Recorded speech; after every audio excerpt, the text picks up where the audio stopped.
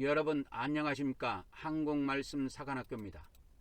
우리 한국말씀 사관학교는 14만 4천 말씀 사관학교와 평신도 말씀 사관학교로 분리 운영되고 있으며 14만 4천 말씀 사관학교는 하나님의 종들을 양성하는 양육기관이며 이 양육을 받기를 원하는 하나님의 종들은 매월 순교 헌금으로 42달 동안 매월 10만원씩 그렇게 헌금을 납부하고 그렇게 말씀을 무장하실 것을 적극적으로 추천하며 평신도 말씀 사관학교 생도들은 자유롭게 말씀을 무장하시면 되겠습니다.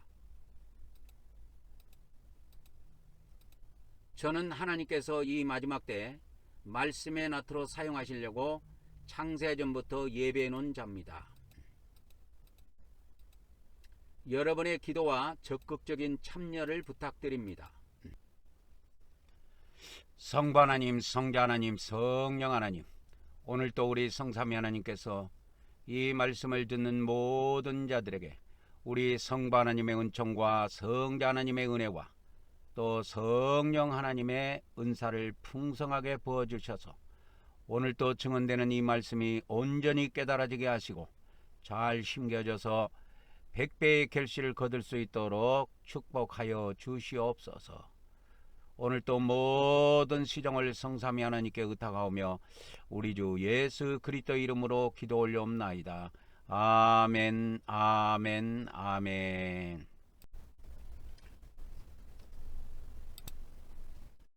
오늘은 사간생도 말씀무장 124회가 되겠습니다. 한국말씀사관학교 사간생도 말씀무장 124회가 되겠습니다. 저는 하나님께서 이 마지막 때 말씀의 나트로 사용하시려고 창세전부터 예배해 놓은 자입니다. 마음이 온유한 자는 더 많은 진리를 받아 믿음과 행위로 구원받아 천국과 왕국에 들어가지만 마음이 강팍한 자는 더 이상의 진리를 받지 못하고 믿음으로만 구원받는다는 거짓 프레임에 빠져 그는 지옥에 던져지게 될 것입니다. 이 마지막 때 왕국에 들어가는 일이 있게 되는데요. 이 왕국에 들어가는 것은 천국에 들어가는 것보다 조건이 좀 까다롭습니다. 그래서 이 마지막 때 진리의 말씀을 잘 무장을 해야 어떻게 해야 이 왕국에 들어가는가 하는 것을 알 수가 있습니다. 저의 연락처는 카톡 아이디 이렇게 777이 되겠습니다. 우리는 마지막 시대를 살고 있습니다. 2차 세계대전이 끝난 이후에 3년 있다가 이스라엘 나라가 1900년 만에 기적적으로 탄생되었습니다. AD 70년에 그들의 나라 이스라엘 나라와 예루살렘이 완전히 멸망을 당했는데요. 그 이스라엘 나라가 1900년 만에 2차 세계대전이 끝난 뒤 3년 있다가 1948년도에 이스라엘이 건국이 되었습니다. 재탄생이 된 것입니다. 이것은 전세계 역사상 기적 중의 기적에 해당되는데요. 이것은 예수님의 예언의 말씀이 그대로 성취된 결과라고 볼 수가 있습니다. 그런데 이 1948년도 이스라엘이 독립이 되고 건국이 됐는데 그것이 있기 이전에 한참 이전부터 전천년설을 주장하는 많은 사람들이 이스라엘 나라가 반드시 독립할 것이다 라고 예언하면서 전천년설에서 그런 것들을 많이 이야기했어요. 그래서 오늘은 그와 관련된 비밀의 말씀들을 여러분들에게 전해드리려고 합니다. 그래서 2차 세계대전 이전이 아니라 종교개혁이 일어난 이후부터 이제 전천년설이 이렇게 다시 주장되고 전파되면서 그런 가운데에 이스라엘 백성, 육적 이스라엘 나라가 팔레스타인 지역에 반드시 나라가 세워질 것이다 하는 것들을 전파했는데 그 말씀이 실제로 이루어졌습니다.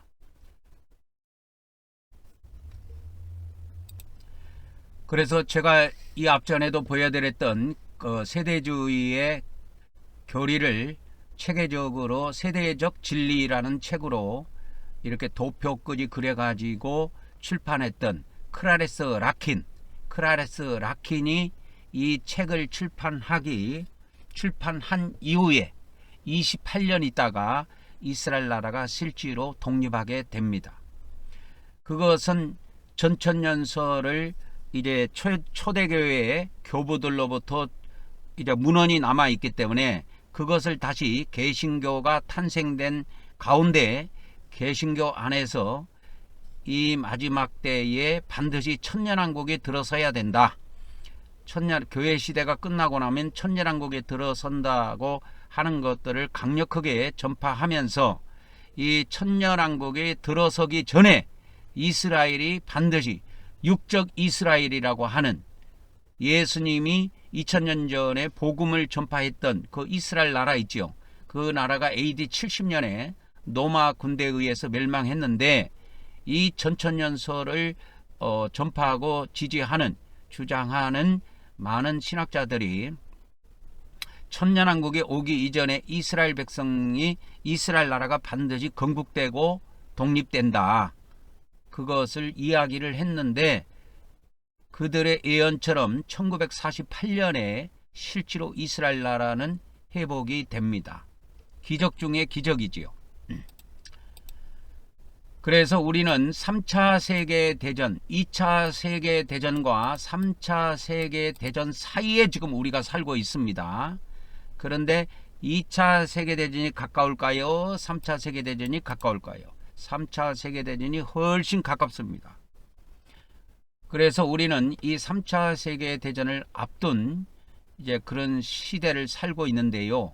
이 3차 세계대전이 발생하기 이전에 이 지구상에는 요한계시록이 예언하고 있는 그 예언의 말씀들, 그리고 예수님께서 2000년 전에 예언해 놓으셨던 마태복음 24장, 마가복음 13장, 누가복음 21장의 종말정에 기록된 많은 예언들이 이 3차 세계대전 이전에 성취가 될 것입니다. 그래서 첫째의 기근과 지진과 전염병과 전쟁이 돌고 많은 거짓 선지자와 거짓 선동가들이 일어나서 많은 사람들을 미혹하게 할 것입니다. 그래서 이 마지막 때는 불법이 성행하고 불법이 준동하게 되는데 이러한 와중에서도 참 선지자는 믿음을 잃지 않고 끝까지 견디는 자는 구원을 받는다고 하는 이 왕국복음을 온 세상에 전파하게 됩니다. 끝까지 견딘다.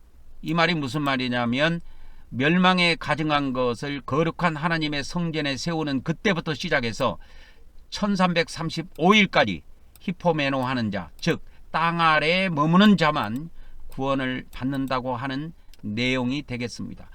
바로 1335일까지 땅속에 머무른 자만 구원받는다고 하는 복음이 왕국복음이에요. 그런데 우리 기독교 성경도 또 천주교 성경도 이것을 천국복음으로 번역을 해가지고 마치 예수님을 영접해서 예수님을 믿고 신앙생활하면 천국 가는 복음으로 이것을 잘못 해석을 해가지고 지금까지 기독교와 천주교에서는 이것을 천국복음으로 알고 있습니다. 그래서 예수님을 믿고 있다가 죽어서 천국 가는 걸로 지금도 알고 있어요. 그런데 이 왕국복음은 죽어서 천국 가는 복음이 아니고 살아서 왕국 가는 거예요. 살아서 왕국에 들어가는 복음입니다. 살아서. 그러면 어떻게 살아남느냐?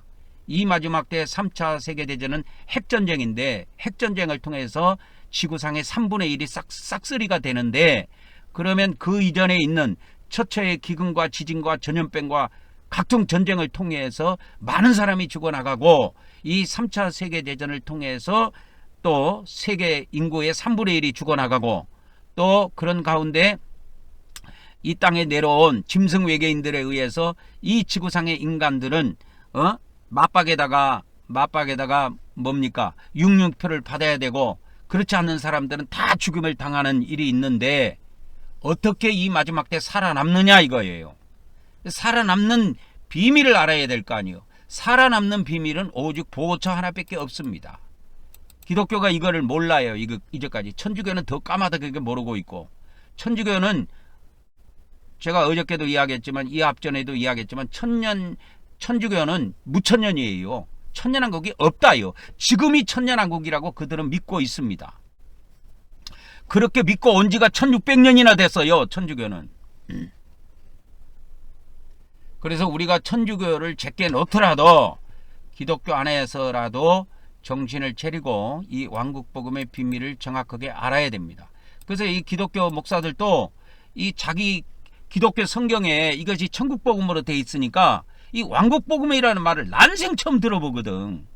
그러니까 무슨 이걸 딱 듣는 순간에 여호와 증인이구나 이렇게 착각하는 거야. 그거는 무식한 목사들이 하는 겁니다. 헬라어도 공부도 안 해본 인간들이 하는 거예요. 그래서 이 왕국복음은 헬라어에 보면은 이 왕국복음은 뭐라고 돼 있냐면 이렇게 돼 있어요. 뉴 앙겔리온 테스 바실레이아스 이렇게 돼 있어요. 그래서 그 왕국의 그 복음 이렇게 돼 있습니다. 그것을 그 자를 다 빼고 사자성어로 만들면 이게 왕국복음이라는 단어가 만들어지는 겁니다. 그러니까 기독교 목사나 천주교 신부들은 천국복음에 익숙해 있지 왕국복음이라는 것은 기독교 성경과 천주교 성경에 나오지가 않아요. 그러니까 까마득히 몰라요. 그러니까 이것을 요한계시록을 가리키고 있는 사람조차도 몰라요. 요한계시록을 가리키고 있는 사람조차도 이 왕국복음이라는 것이 있는 자체도 모릅니다. 요한계시록을 자기가 다 터득해 갖고 다 알고 있다고 그걸 남한테 가르치고 있는 목사들도 이 왕국복음이 있는지 없는지도 몰라요. 그런데 이 왕국복음이라고 하는 거는 예수님께서 2000년 전에 이미 이 마지막 때에 전파될 것을 예언해 놓으셨습니다. 그래서 이 천년왕국이 들어가기 전에 왕국복음이 교회시대 이 마지막 때에 왕국복음이 전 세계에 전파가 돼서 뭐가 건설이 된다? 땅속에 보호처가 건설이 돼야 된다 이 말이요. 이 보호처가 건설이 돼야 천년왕국이 올 수가 있습니다. 여러분, 노아 방주를 생각해 보세요. 노아 때 방주를 만들지 않았으면은 인류 역사는 그때 끝났어요. 인류 역사는 그때 끝났다고. 그런데 하나님께서는 이 인간들이 자꾸 죄를 지니까 싹쓸이 할 것을 이미 마음에 결정하시고 노아를 선택하셔 갖고 노아야 방주를 만들어라. 이렇게 만들어라. 그렇게 해서 다 만들고 나니까 너는 그 가족들과 모든 동물들을 데리고 그 방주로 들어가라 해서 다 거기에서 방주에 들어간 이후에 7일 있다가 홍수가 쏟아져 가지고 이 지구상에 숨을 쉬고 사는 모든 인간들, 동물들 할 것 없이 다 죽었습니다. 그것이 예수님께서 인자의 때와 같이 노아의 때와 같이 인자의 때에도 그런 일이 있다라는 것입니다. 그래서 이제 신약 성경에 보면은 이 노아의 때, 인자의 때에 이런 일들이 있습니다. 그래서 이제 인자의 때에 한번 보도록 하겠습니다. 인자의 때.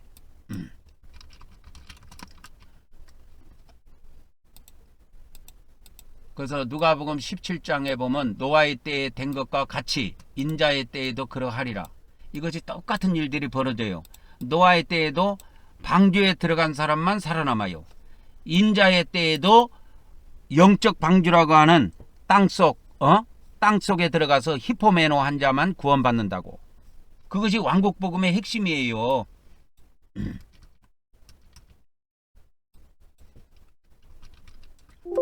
그래서 이제 마태복음 24장에도 37절에도 그 똑같은 말씀이 나오는데요.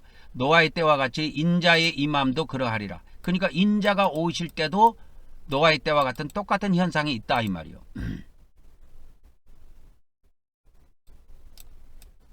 그래서 누가복음 24장 37절에 보면은 그래서 이 세대가 지나가기 전에 그 앞에 이 세대가 지나가기 전에 이 일이 다 이루어질 것을 예수님께서 예언했습니다. 그것을 무화과나무 비유를 이야기하시고 그렇게 말씀하신 거예요. 이 무화과나무는 이스라엘 나라를 상징하는 겁니다. 이스라엘. 영적 이스라엘이 아니고 저 팔레스타인 지역에 다시 살고 있는 이스라엘, 육적 이스라엘 나라를 비유한 나무예요. 그래서 이것이 마태복음, 마가복음, 누가복음에 이 비유가 다 나오는데요. 그래서 누가복음이든 마태복음이든 마가복음이든 무화과나무가 싹이 나면 여름이 가까운 것을 아는 것처럼 이와 같이 이스라엘 나라가 독립이 되는 걸 보면 인자가 곧 문 앞에 이른 줄 알라. 예수님의 재림이 가까운 줄 알라는 거예요. 그래서 이 세대가 지나가기 전에 이 일이 다 이루어진다고 하는 겁니다. 이 세대라고 하는 것은 이스라엘의 무화과나무가 싹이 난 그 세대를 이야기해요. 그래서 이 세대주의뿐만이 아니고 전천년설 있죠. 전천년설이 초대교회 교부들에 의해서 증거가 되다가 오리겐 이후부터 이제 무천년설이 기승을 부리다가 어거스틴에 의해서 이제 천주교의 교리로 확정된 이후부터 지금 종교개혁이 일어나서 다시 전천년설이 주장되기까지 많은 세월이 걸렸는데요. 이 종교개혁 이후에 개신교 안에서 전천년설이 다시 등장하기 시작한 겁니다. 그러면서 이 전천년설 안에서 어떤 해석이 등장이 됐냐면 이스라엘이 회복할 것이다. 이스라엘이 회복한다 라는 것을 초대교회는 이야기해 본 적이 없는데 이제 후기 전천년설에서는 이걸 이야기를 해요. 제가 후기 전천년설이라고 하는 것은 뭐냐면 이게 초대교회 때 그 전천년설을 정기 전천년설이라고 부르자 이 말이요. 그러면 이건 초대교회 때 이거 초대교회 교부들이 전한 것이고, 그죠? 근데 이것이 무천년설에 의해서 꺾였단 말이야 이게. 천주교 무천년설에 의해서 전천년설이 중단됐다 이 말이요. 그죠? 이 전천년설이 중단된 겁니다. 그래서 다시 개신교가 탄생이 되고 이 개신교 안에서 전천년설이 다시 주장이 돼요. 그러면서 이런 와중에 나오는 말이 이스라엘의 회복입니다. 그래서 이거는 초대교회 때 이 초대교회 교부들이 단 한 번도 이야기해 본 적이 없는 내용이에요. 이거는 초대교회 교부들에 의해서 단 한 번도 이스라엘이 이 마지막 천년왕국 전에 회복될 것이라고 초대교회 교부들은 한 번도 말해 본 적이 없습니다.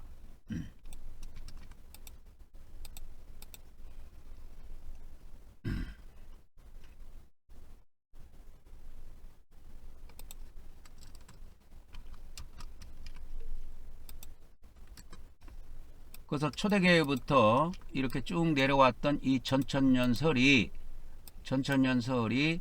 이제 다시 후기 전천년설이라고 제가 이름을 붙였는데요. 왜 후기라고 이렇게 붙이냐면 정기 후기로 기독교 역사에서 나눠져요 이게. 그러니까 중간에 뭐가 껴 있어요?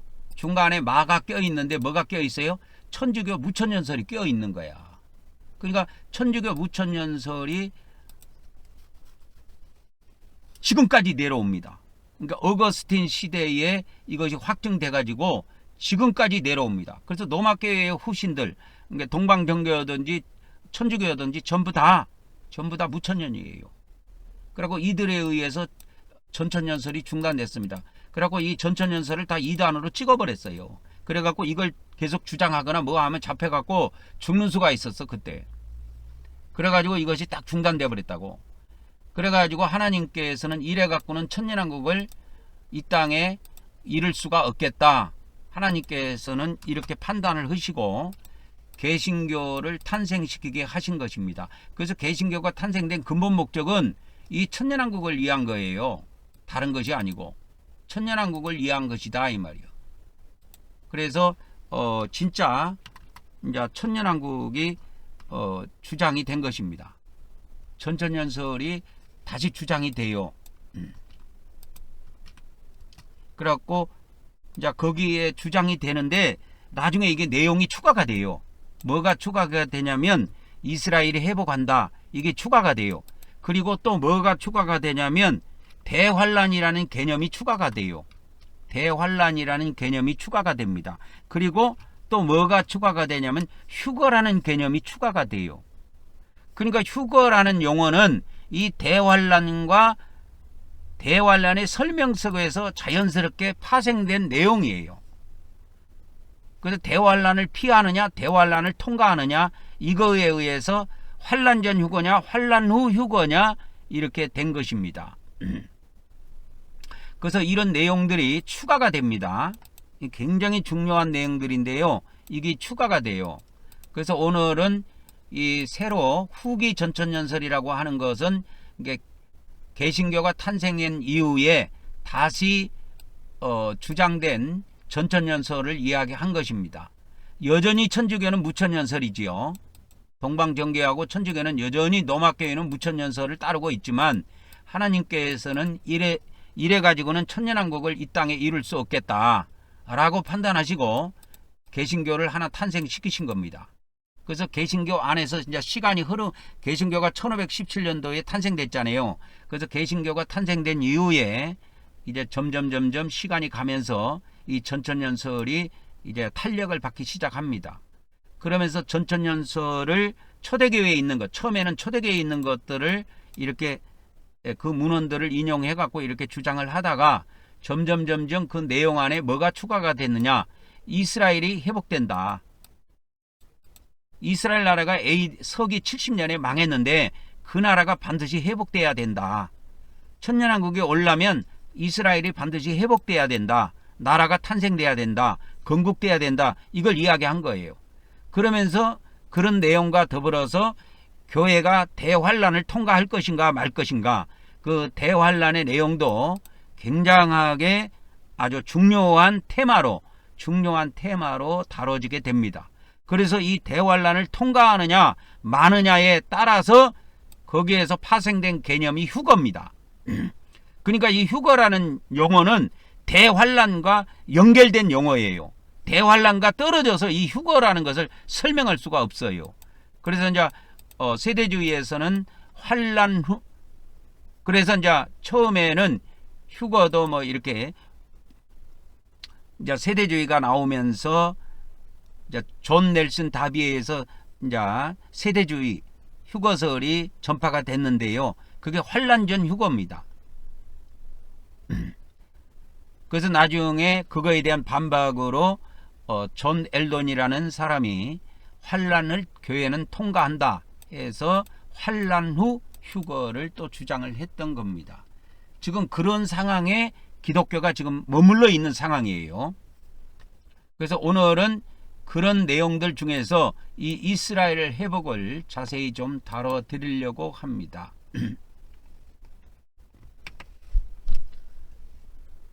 그런데 이걸 알아야 됩니다. 이걸 알아야 되는데 이게 뭐냐면 많은 사람들이 천년왕국까지 들어가지 못하고 많은 기독교인들이 죽습니다. 세상 사람들 죽는 거야 뭐 어차피 하나님을 믿지 않는 자들이니까 구원에서 제외된 사람이라고 본다면 이 하나님을 믿는 사람들 중에서 많은 사람들이 죽어요. 그래서 그의 영혼들이 저 천국에 가서 하나님 앞에 또 심판을 받고 천국과 지옥으로 나눠집니다. 그래서 저는 이 왕국복음도 전하지만 천국과 지옥도 알려주고 여러분들에게 기독교 안에 초대교회부터 내려왔던 구원론도 알려주고 개신교의 구원론, 천주교의 구원론 이런 것들을 세밀하게 알려주고 그러면 이 성경에서 또 기록된 구원론들은 어떤 것들이 있는가 이런 것도 알려주고 그러면서 이 지옥에 들어가지 않도록 하기 위해서 제가 노력을 하고 있습니다. 그래서 여러분들이 참으로 겸손한 마음으로 이 말씀을 받는다면 그런 사람들은 지옥에 안 들어갈 거예요. 그런데 교만해가지고 말이야, 예수님만 믿으면 다 천당 간다고 하는 사람들은 대부분 지옥 다 떨어집니다. 왜 그러냐면 이 하나님께서 죽은 사람들을 심판하실 때 심판의 기준이 믿음이 아니고 행위예요. 근데 우리 자꾸 기독교에서는 구원론 자체가 믿음으로만 오직 구원받는다고 되어 있기 때문에 뭐 심판받을 때도 믿음으로 심판의 기준이 믿음이라고 자꾸 주장하는데 그 엉터리입니다. 성경은 그런 것 자체가 없어요. 그래서 이런 그림들을 보면서 우리 기독교인들이 죽어서 하나님한테 버림받아 가지고 마지막 날까지 지옥에서 고통당한다는 것을 자꾸 그림으로 보여주는 거예요. 옛날에는 이런 걸 보여주고 싶어도 못 보여줬어요. 근데 지금은 돈만 주고 AI 보고 야, 이 그림 좀 만들어 봐 하면 만들어 줘요. 그 어떤 거는 마음에 들고 어떤 거는 마음에 안 드는데 마음에 안 드는 건 또 버리면 되는 거고 마음에 드는 그림들은 이렇게 갖다 제가 사용하는 겁니다. 그래서 앞으로도 AI가 그림을 만들어 주면은 이런 그림들을 여러분들에게 보여주려고 해요. 이런 거를 보면서 생각해 봐야 돼요. 우리 기독교인들이. 우리가 하나님 앞에 가서 심판받을 때는 믿음으로 구원의 심판의 기준이 믿었는가 안 믿었는가 그거 따지는 게 아니고 심판의 기준은 행위예요. 예수님을 믿고 하나님을 믿은 이후부터 죽을 때까지 어떻게 살았는가 그거 심판하는 거라니까. 기독교 구원론은 내가 엉터리라 그랬잖아요. 그래서 여기에서 증언된 우리 한국말씀 사관학교에서 저를 통해서 이 증언된 이 말씀들을 잘 들어봐야 됩니다. 여러분 들어보면 겸손한 마음으로 들어보면 수많은 말씀들을 깨달을 수가 있어요. 초대교회부터 이 마지막 때 이 현재 교회까지 모든 기독교 2000년사의 역사를 세밀하게 다 알 수 있을 겁니다. 그리고 헬라어 히브리어도 알 수 있을 것이고 또 거기에 더해서 성령님께서 저를 이 마지막 때 말씀해 놨도록 쓰시려고 창세전에 예비해 놨다가 하나님께서 예비해 놓으셨다가 제 안에 계신 성령님께서 30년 동안 저에게 가르치시고 인도해 주시고 교훈해 주신 말씀들이 있어요. 그래서 그 말씀을 답을 여러분들에게 알려주기 위해서 많은 과정들을 이렇게 걸쳐서 알려줘요. 내가 여러분들에게 예를 들어서 이렇게 이야기합시다. 아, 성령님이 이렇게 말씀하셨습니다. 그래서 성령님의 해석은 이렇게 됩니다. 그러면 답 있습니까? 그냥 제껴버린다니까. 그렇기 때문에 기독교 2000년사의 그 이렇게 쭉 흘러내려오는 그 배경도 다 설명해 주고 현재 기독교 안에서 있는 이 기독교 안에 있는 구원의 교리라든지 종말의 교리가 어떤 것은 틀리고 어떤 것은 맞는지 이런 것들을 구체적으로 여러분들에게 알려드리는 겁니다. 그래서 초대교회에서도 이렇게 천년왕국이 증거가 됐고 그 다음에 다시 기독교가 새로 생긴 다음에 기독교 안에서도 이 천년왕국이 증언이 됐지만 증언이 안 된 내용이 있어요. 그게 보호처입니다. 아시겠습니까? 이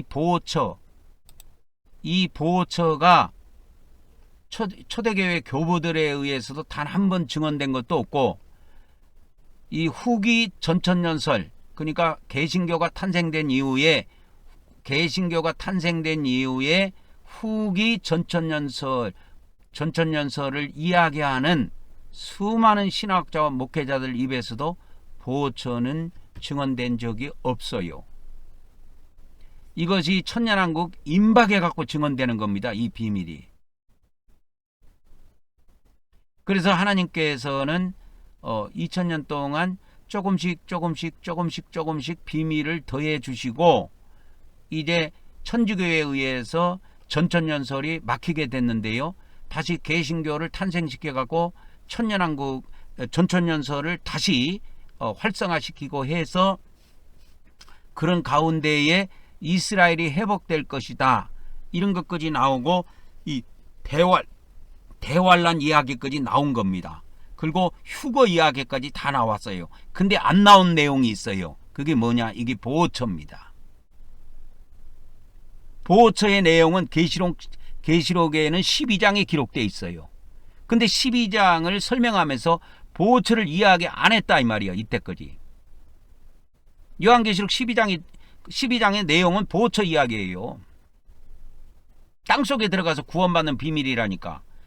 근데 예수님께서는 이거를 갖다가 마태복음 24장 14절에 이 왕국복음이라고 하는 이 왕국복음이 온 세상에 전파가 되는데 그러면 끝이 온다.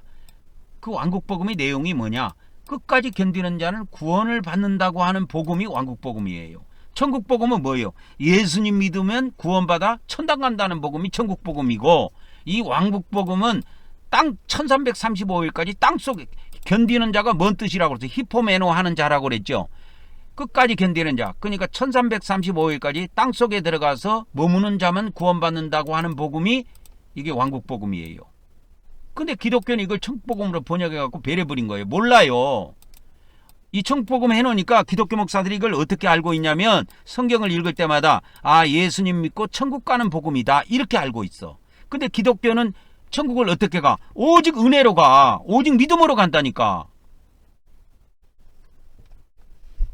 그래서 여러분들에게 그런 것까지 다 알려줘야 되기 때문에, 그래서 제가 구원론도, 개신교 구원론, 천주교 구원론도 제가 알려준 겁니다. 그러나 이 왕국복음은 전혀 이 천국복음, 예수님 믿고 구원받아 영원히 천국 가는 복음하고 완전 다른 복음이에요. 그래서 그 내용의 핵심은 뭐냐면 끝까지 견디는 자만 구원을 받는다고 하는 복음입니다. 그러면 끝까지 견딘다는 말이 뭐냐 이거요. 견딘다는 말이 무슨 말이냐. 이게 헬라어로 히포메노예요.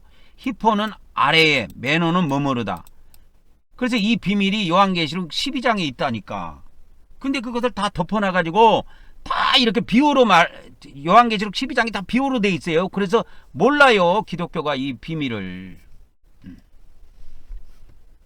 그래서 이 마지막 때에 천년왕국이 오기 전에 이 보호처가 건설이 돼야 하늘에서 하나님이 천사들을 우주로 보내가지고 우주의 진을 치고 있는 이 사탄 왕국을 깨부실 수가 있는 겁니다. 그래서 그때 그들이 멸망당할 때 일부 이 땅에 쫓겨 내려와 가지고 그들이 이 지구상을 3년 반 동안 통치를 한다니까. 그때 사탄은 그때 짐승을 앞세워 가지고, 자기는 영적인 존재이기 때문에 보이는 존재인 짐승을 앞세워 가지고 통치한다니까. 그 짐승이 이 땅에 있는 사람이 아니래요. 외계에 그 짐승의 족속들이 있다라는 거예요. 그게 다 마귀들이 만들어낸 거래요. 그들은 어떻게 오느냐? 그들은 육신이 있기 때문에 UFO 타고 내려온다는 거예요. 이때 땅으로. 그래서 지금 유튜브 같은 데 보면 UFO 사진이 찍어가지고 영상 같은 거 찍혀가지고 엄청나게 올라옵니다. 그게 물론 거짓말로 하는 사람도 있지만 진짜 베개도 있어요. 그게 가짜가 아니래요. 그리고 천년왕국이 들어서기 이전에 이 마지막 때의 최후의 징조라 그럴까요?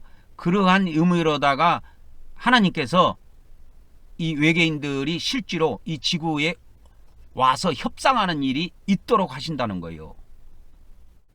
그러면 그런 것이 뉴스가 전 세계로 퍼져보세요. 그때는 다 믿을 거란 말이요. 근데 지금은 이렇게 떠들어야 돼. 그러니까 그들이 이 지구에 와갖고 벌써 방송국에 나와갖고 인터뷰를 하고 그럴 정도가 됐으면 이미 천년왕국은 임박한 겁니다, 여러분. 그래서 하나님께서는 전천년설을 이렇게 다시 개신교를 통해서 회복을 시키셨는데,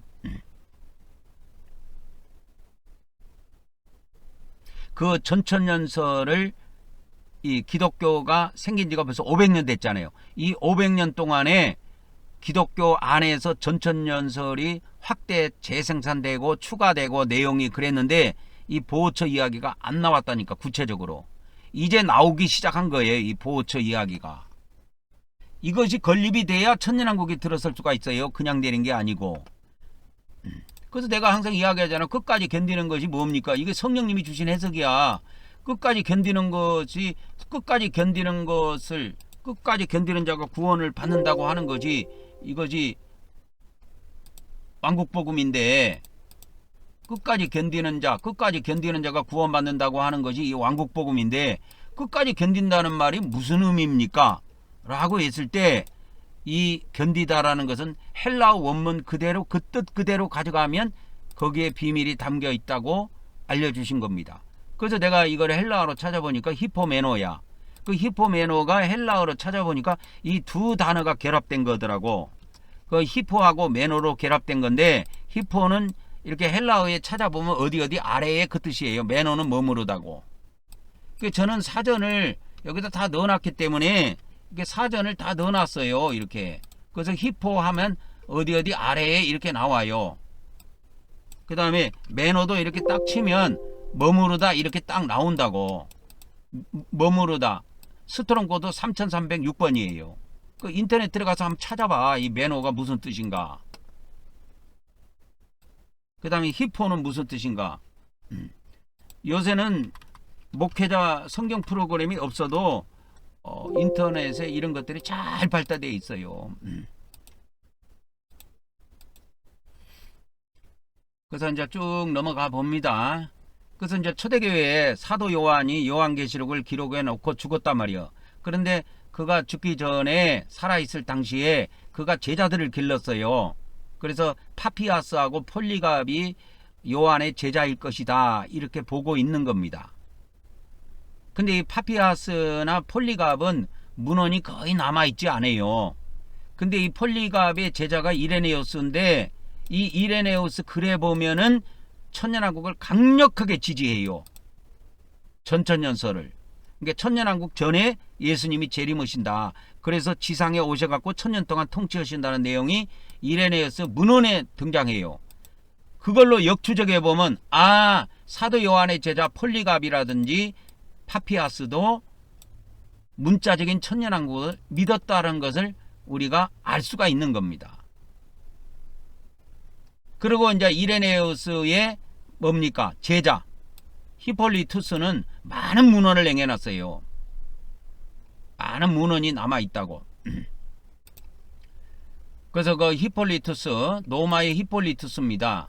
그 노마의 히폴리투스의 문헌을 보면 이렇게 많은 문헌들이 있어요. 그리스도와 적그리스도에 관한 논문. 그 다음에 1권, 2권, 3권, 4권 해갖고 모든 이단들에 대한 반박 해가지고 이단에 대한 모든 그때 당시까지 존재했던 이단들에 대해서 철두철미하게 반박한 내용이 무려 10권의 문서로 남아 있습니다. 엄청나게 길어요. 이거 저번에도 보여줬지만 이게 적은 분량이 아니에요. 이게 적은 분량이 아니라니까. 이게 한번 보세요. 여기 적은 분량입니까 이게?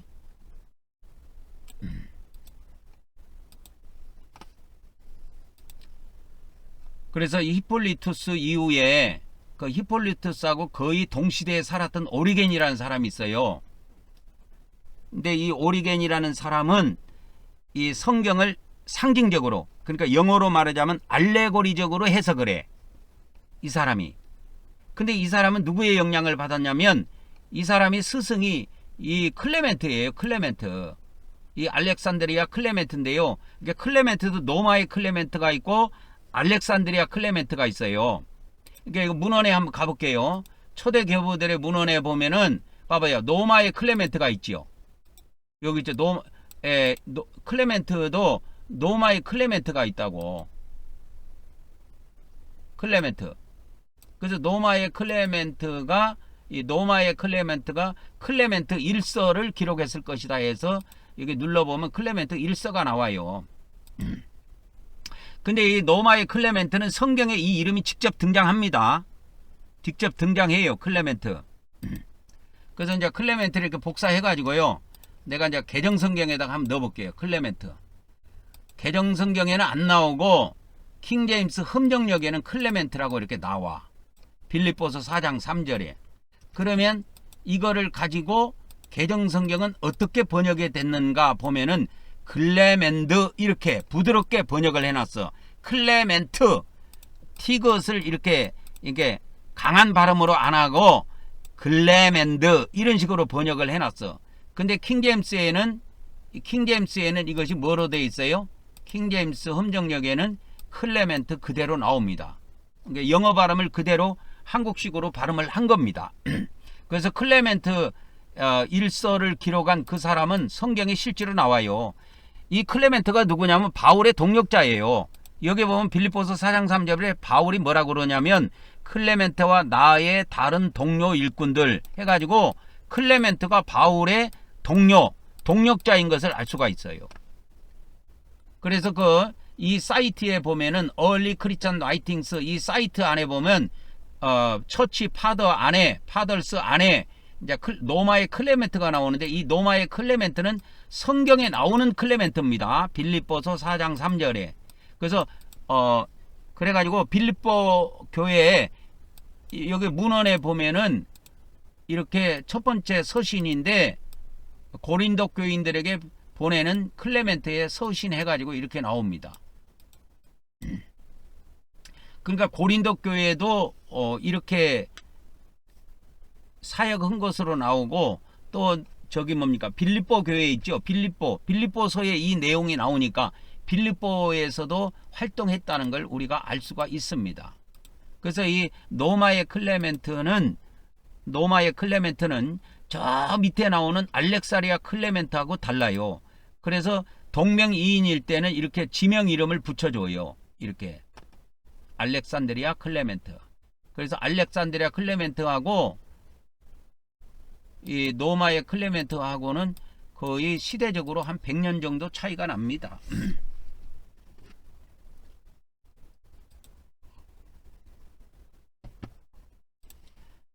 그래서 이 클레멘트가 알렉산드리아에서 영적으로 상징적으로 성경을 해석했단 말이에요. 그래서 그의 제자인 오리겐이 그 영향을 많이 받게 되는데 오리겐 때 와가지고 이게 이제 200년대로 넘어갑니다. 서기. 그러니까 우리나라는 역시 이때도 삼국시대라 그랬죠. 그래서 신라, 백제, 고구려 시대인데 오리겐 시대가 이 오리겐 때에 처음으로 천년에 대한 해석을 요한계시록 20장에 나오는 이 천년에 대한 해석을 상징적으로 해석한 최초의 인물이에요. 이 오리겐은.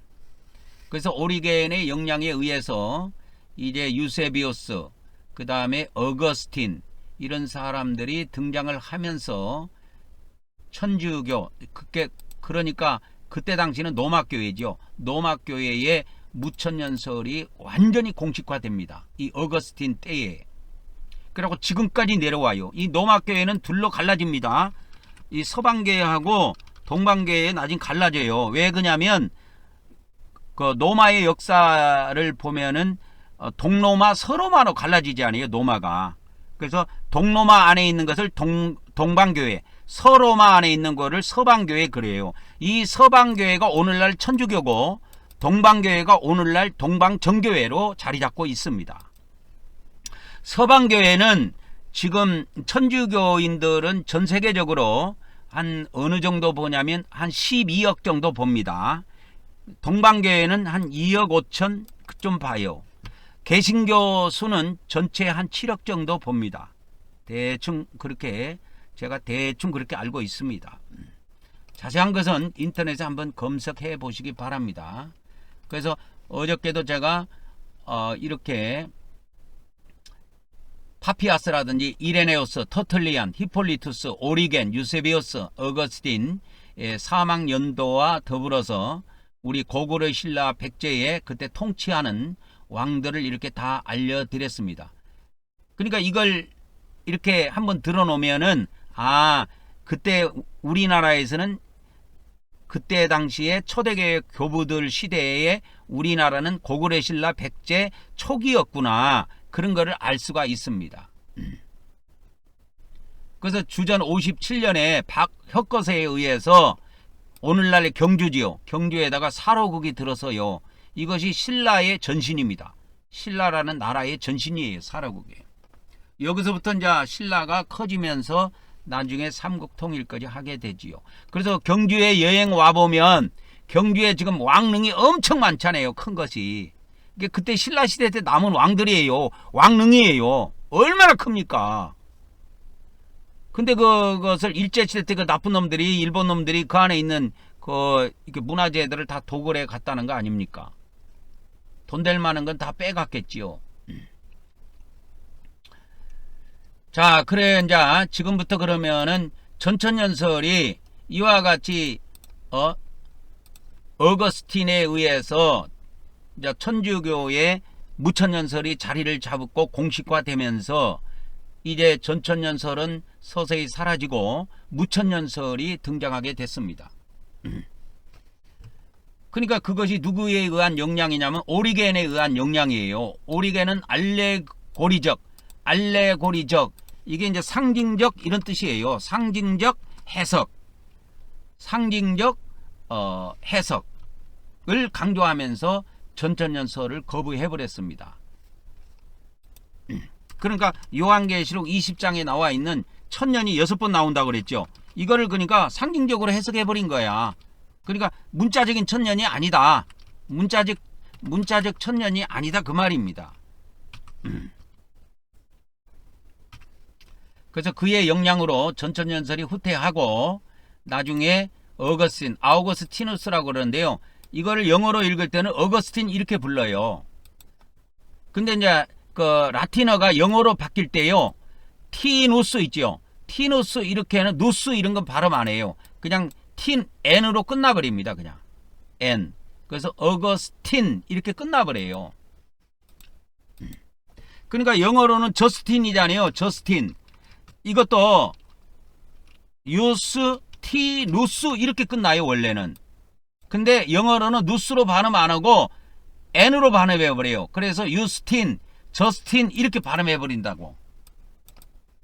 그것이 그 라틴어에서 영어로 바뀔 때 그것이 그런 상관관계가 있다라는 것만 알고 있으면 됩니다. 그래서 아우거스티누스는 이건 천주교에서 자주 쓰는 용어고 기독교에서는 어거스틴 이렇게 발음을 해요. 이거 보세요. 여기 이 어거스틴이라는 게 이거 영어인데 이 영어예요. 이게 영어인데 아우거스티누스예요 원래. 그러니까 이걸 그대로 이렇게 라틴어식으로 해주면은 이게 어떻게 되냐? 아우거스티누스 이렇게 되면 이렇게 되는 거죠. 아우거스티누스. 근데 누스 이렇게 발음 안 하고 N으로 끝내버린다니까 영어는. 그래서 이게 틴 하고 끝나는 거예요. 어거스틴 이렇게 끝납니다. 발음이. 그러니까 그 라틴어에서 영어로 넘어올 때 그렇게 바뀌어요. 전부 다. 그러니까 그 상관관계만 알고 있으면 저스틴이라는 사람이 유스티누스가 저스틴으로 영어로 발음된다는 것을 알 수가 있지요. 그래서 이 아우거스티누스라고 하는 이 어거스틴이 무천연설을 주장하면서 천년왕국이 이제 사라지게 됩니다.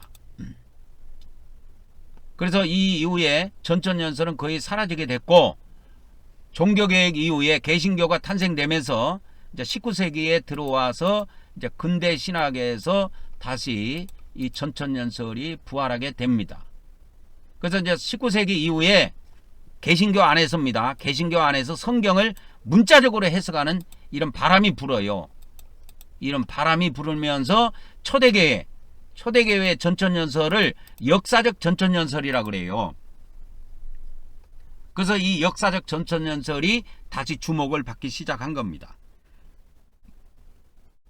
그래서 이 앞전 시간에도 말씀드렸지만 20세기 이제 초반에 조지 엘던 레드라고 하는 사람이 역사적 전천연설을 체계화하면서 이때 여기에 교회가 대환란을 통과한다. 교회의 대환란 통과서를 이때 강조한 겁니다. 대환란 통과서를 이때 강조한 거예요. 이후 역사적 전천연설을 믿는 신학자들은 대부분 교회가 대환란을 통과한다가 이제 정설로 돼 있어요. 그러니까 지금도 기독교 안에서 역사적 전천연설을 따른 사람들은 교회가 대환란을 통과한다고 되어 있어요. 지금 현재 대한민국이든 전 세계에 살고 있는 목회자들이 역사적 전천연설을 믿는 사람들은 교회는 반드시 대환란을 통과한다가 이것이 정설로 되어 있다니까요. 역사적 전천연설을 믿는 사람들은 그래요. 세대주의를 믿는 사람들은 그렇게 해석 안 합니다. 그래서 교회가 반드시 대환란을 통과해야 한다고 하는 개념은 이 초대교회에서 없었던 거예요. 초대교회에 이런 것이 없었고 대환란 개념은 없었고, 근대 19세기에 와서 근대 신학자들에 의해서 탄생된 이야기다, 이렇게 보면 되겠습니다. 그러면 이제 지금부터는 종교개혁 이후에 개신교 안에서 역사적 전천연설, 이 초대교회에 있었던 전천연설이에요. 이 역사적 전천연설이 다시 부활하게 된 그 역사 속에서 어떤 배경이 있는가, 역사적으로 어떤 배경을 갖고 있는가, 그것을 이제 설명해 드리도록 하겠습니다. 가장 먼저 그 배경을 설명하자면 종교개혁입니다. 마르틴 루터에 의해서 1517년에 이제 종교개혁이 일어났고요. 이 종교개혁의 영향에 의해서 이제 성경을 해석하는 다양한 시각이 등장하게 된 겁니다. 성경을 해석하는 시각이 이제 천주교에서 해석하는 하나의 해석만 머물러 있는 것이 아니고 개신교가 등장하면서 성경을 자유롭게 해석할 수 있는 토대가 마련된 거예요.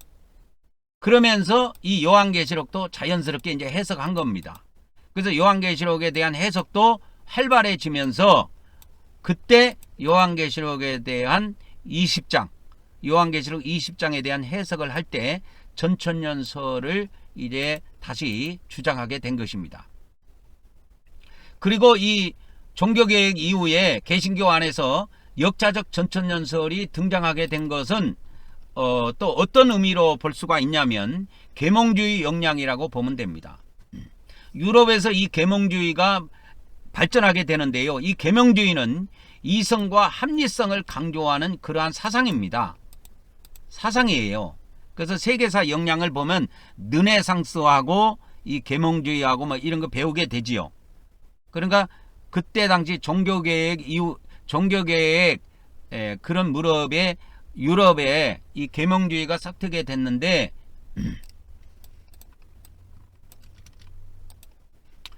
그래서 계몽주의가 이성과 합리성을 강조하면서 유럽에서 이렇게 탄생하게 됐는데요. 이 계몽주의 영향에 의해서 이 역사적 전천연설이 이제 강력한 지지를 받기 시작합니다. 그래서 이러한 종말론적인 희망을 충족시키는 매력적인 해석으로 여겨지게 됐습니다. 그래서 이제 계몽주의가 그러면 생기게 된 역사적 배경을 보면은 14세기부터 15세기, 16세기에 걸쳐서 있었던 르네상스, 휴머니즘이라고 그러죠. 르네상스, 인문주의, 고전 연구의 발전의 영향으로 이 르네상스에 의해서 인문주의가 발생하고 고전을 연구하는 이런 바람들이 불게 됐는데 이 르네상스 영향에 의해서 계몽주의가 탄생됐다, 이렇게 보면 됩니다. 그리고 유럽의 16세기, 17세기에 걸쳐서 과학이 이렇게 발전을 해요. 그래서 그러한 것들로 통해서 합리적인 사고가 탄생이 됩니다. 합리적인 사고가 탄생이 돼요. 그래서 뉴턴이라든지 갈릴레오 갈릴레이 이런 사람들에 의해서 이런 것이 일어나요. 그래서 과학적인 사고방식이 그때부터 싹트기 시작합니다. 그러니까 우리가 지금은 다 아는 과학적인 상식이라도 그때 당시 사람들한테는 이것이 큰 문제예요. 여러분, 지구가 돈다는 걸 이때 중세시대 사람들은 몰랐다니까. 지금은 초등학생도 알고 유치원생도 알지만은 그때 중세시대 사람들은 그걸 까마득히 모르고 있었어요. 지구가 둥근지, 지구가 돌고 있는지, 태양이 돌고 있는 줄, 지구는 가만히 있는데 태양이 돌고 있다고 생각했지, 지구가 태양주위를 돈다고는 생각을 못 해본 거야.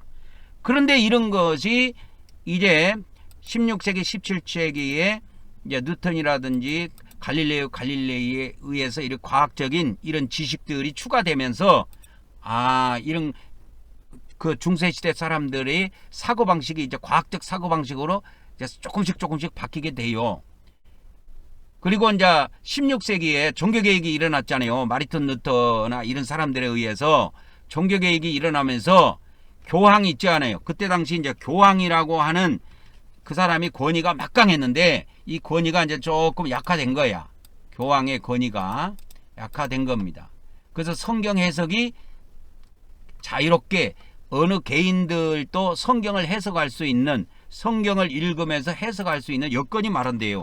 그래가지고 이 무렵에 성경 출판이 많이 이루어져, 종교개혁 이후에 성경 출판이 활성화됩니다. 그러니까 성경 출판이 활성화되면서 뭐가 일어날까요? 그래서 이 킹제임스 성경이라는 거 있죠, 여러분.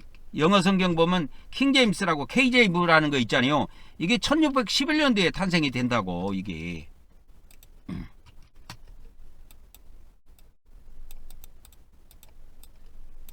그렇게 됩니다. 이것을. 그러면 이거를 이렇게 해볼까? 그래서 이 KJV라고 하는 영어 성경이 1611년도, 그러니까 17세기 초에 이게 만들어져요. 그래서 이것이 나옴으로 해서 이제 영어권에서는 성경을 읽을 수 있는 활발한 여건이 마련된 거죠. 그리고 그때 당시에 강력했던 절대 왕정, 왕들에 대한 충성심에 대한, 왕들에 대한 반발이 있었어요. 전제 군주제, 그 다음에 교황 제도에 의해서 교회가 억압하는, 교회의 억압에 대한 저항이 있었다고. 그래가지고 이러한 역사적인 배경에 의해서 이렇게 계명주의가 싹트게 된 겁니다. 그래서 이 계명주의의 영향에 의해 가지고 인간이 합리적으로 성경도 이성적으로 해석하는 거, 또 합리적으로 해석하는 이러한 것들을 이제 시도하게 됩니다. 그러면서 역사적 전천년설이 탄력을 받게 되지요. 그리고 이렇게 개신교가 탄생한 이후에 전천년설이 이와 같이 싹을 트게 된 배경은 그때 당시 유럽의 사회적인 불안정도 있어요. 그래서 18세기, 19세기에 유럽에 각종 막 프랑스 혁명인지 무슨 혁명인지 많이 일어나지 않아요. 전쟁 등도 일어나고, 그러면서 사회가 불안하게 되니까 이러한 요한계시록에 대한 관심, 종말론적인 기대감이 높아지게 된 겁니다.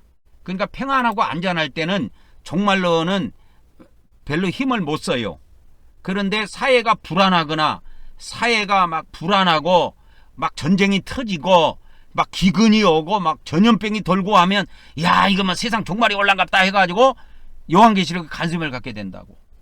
그러한 사회적인 불안정, 그러한 사회적인 불안적인 요소, 그 사회적인 불안적인 요소가 다시 종말론에 대한 기대를 높였고, 그러한 가운데에서 초대교회의 사도들이 주장을 했던 역사적 전천년설이 다시 주목을 받게 된 그러한 배경을 갖게 된 것입니다.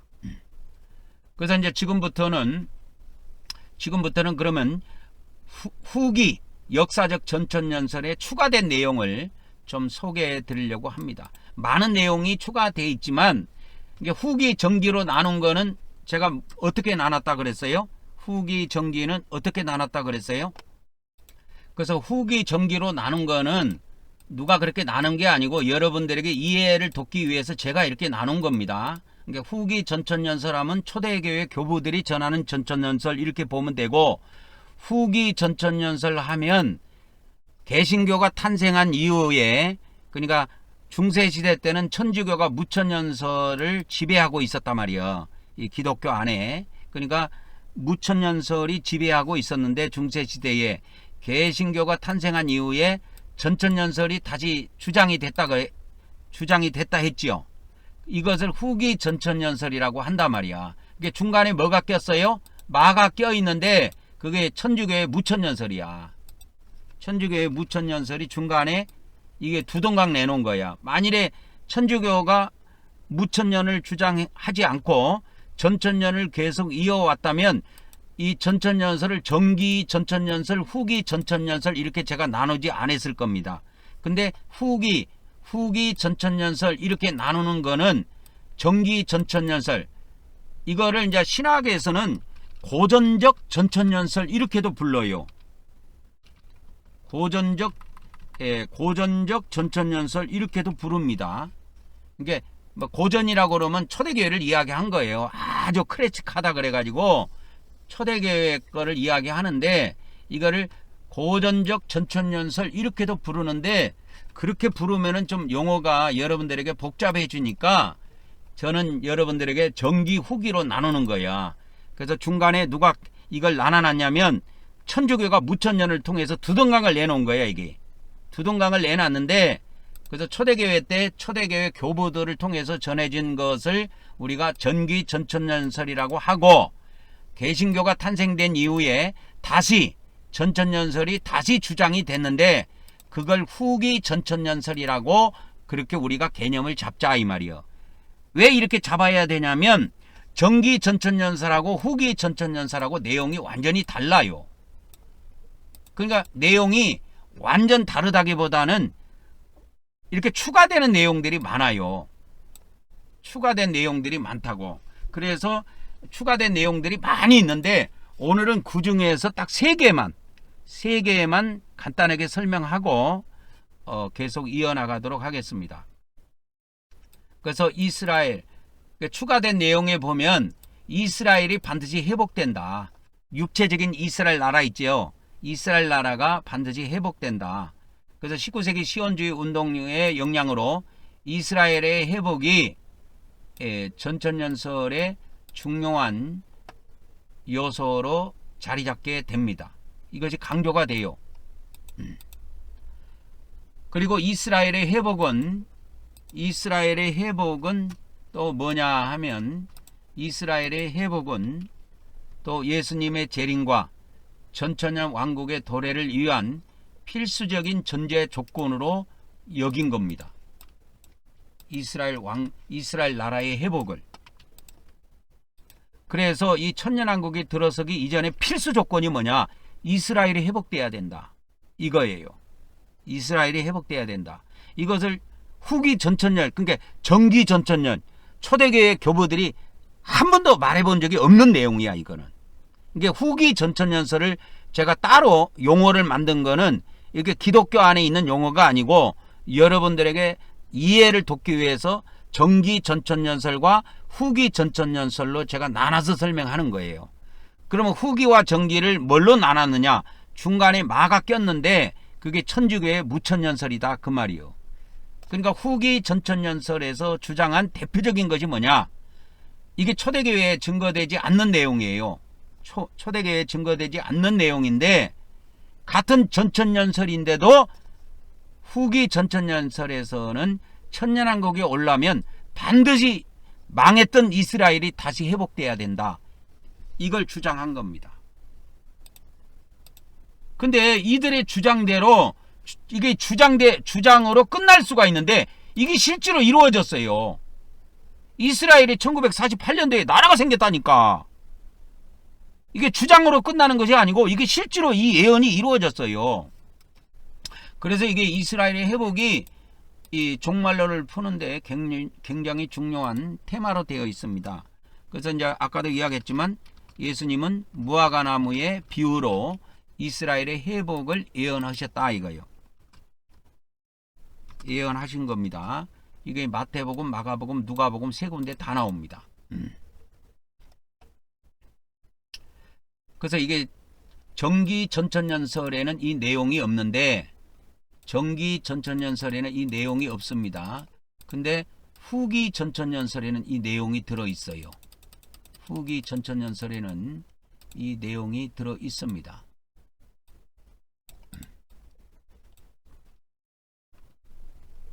그래서 정기 전천년설, 후기 전천년설로 이렇게 나눴는데 그 중간에 천주교의 무천년설이 자리 잡고 있다 이 말이야. 이게 중세 시대예요. 그래갖고 개신교가 다시 탄생되면서 전천년설이 다시 주장이 됐는데 그것을 후기 전천년설이라고 부르자. 그러면 후기 전천년설은 정기 전천년설하고 다른 내용이 있는데 그게 뭐냐? 이스라엘이 반드시 회복돼야 된다. 이 내용이 추가됐어요. 이게 추가된 겁니다. 이스라엘이 회복돼야 된다. 이게 이스라엘이 언제 멸망했어요? 서기 70년에 멸망했다 이 말이요. 쫄딱 망했어요. 쫄딱 망했습니다. 그런데 이것을 다시 회복될 거라고 누가 기독교사에서 이야기를 안 했는데, 전천년설을 주장하는 사람들이, 후기 전천년설을 주장하는 사람들이 이제 이스라엘의 회복을 이야기하기 시작한 겁니다. 그리고 이 후기 전천년설에는 정기 전천년설에 없는 것이 있다 그랬죠. 그것이 대환란이라는 내용입니다. 이게 강조가 돼요. 그래서 예수님의 재림 이전에 뭐가 있다? 대환란이 있다. 그러니까 예수님의 이 재림이 지상 재림입니다. 예수님의 재림 이전에 뭐가 있다? 대환란이 있다. 그래서 그 후기 전천년설에 추가된 내용이 이스라엘의 회복하고 대환란과 휴거입니다. 이것이 초대교회에는 전혀 이것이 언급된 적이 없습니다. 그래서 후기 전천년설 학자들이 이스라엘은 반드시 회복돼야 한다. 그래서 천년왕국이 이루어지려면 이스라엘이 회복돼야 된다. 그리고 대환란이 반드시 있어야 한다. 그래서 이 대환란을 교회가 통과할 것인가 말 것인가, 통과하게 되는 것이 환란 후 휴거입니다.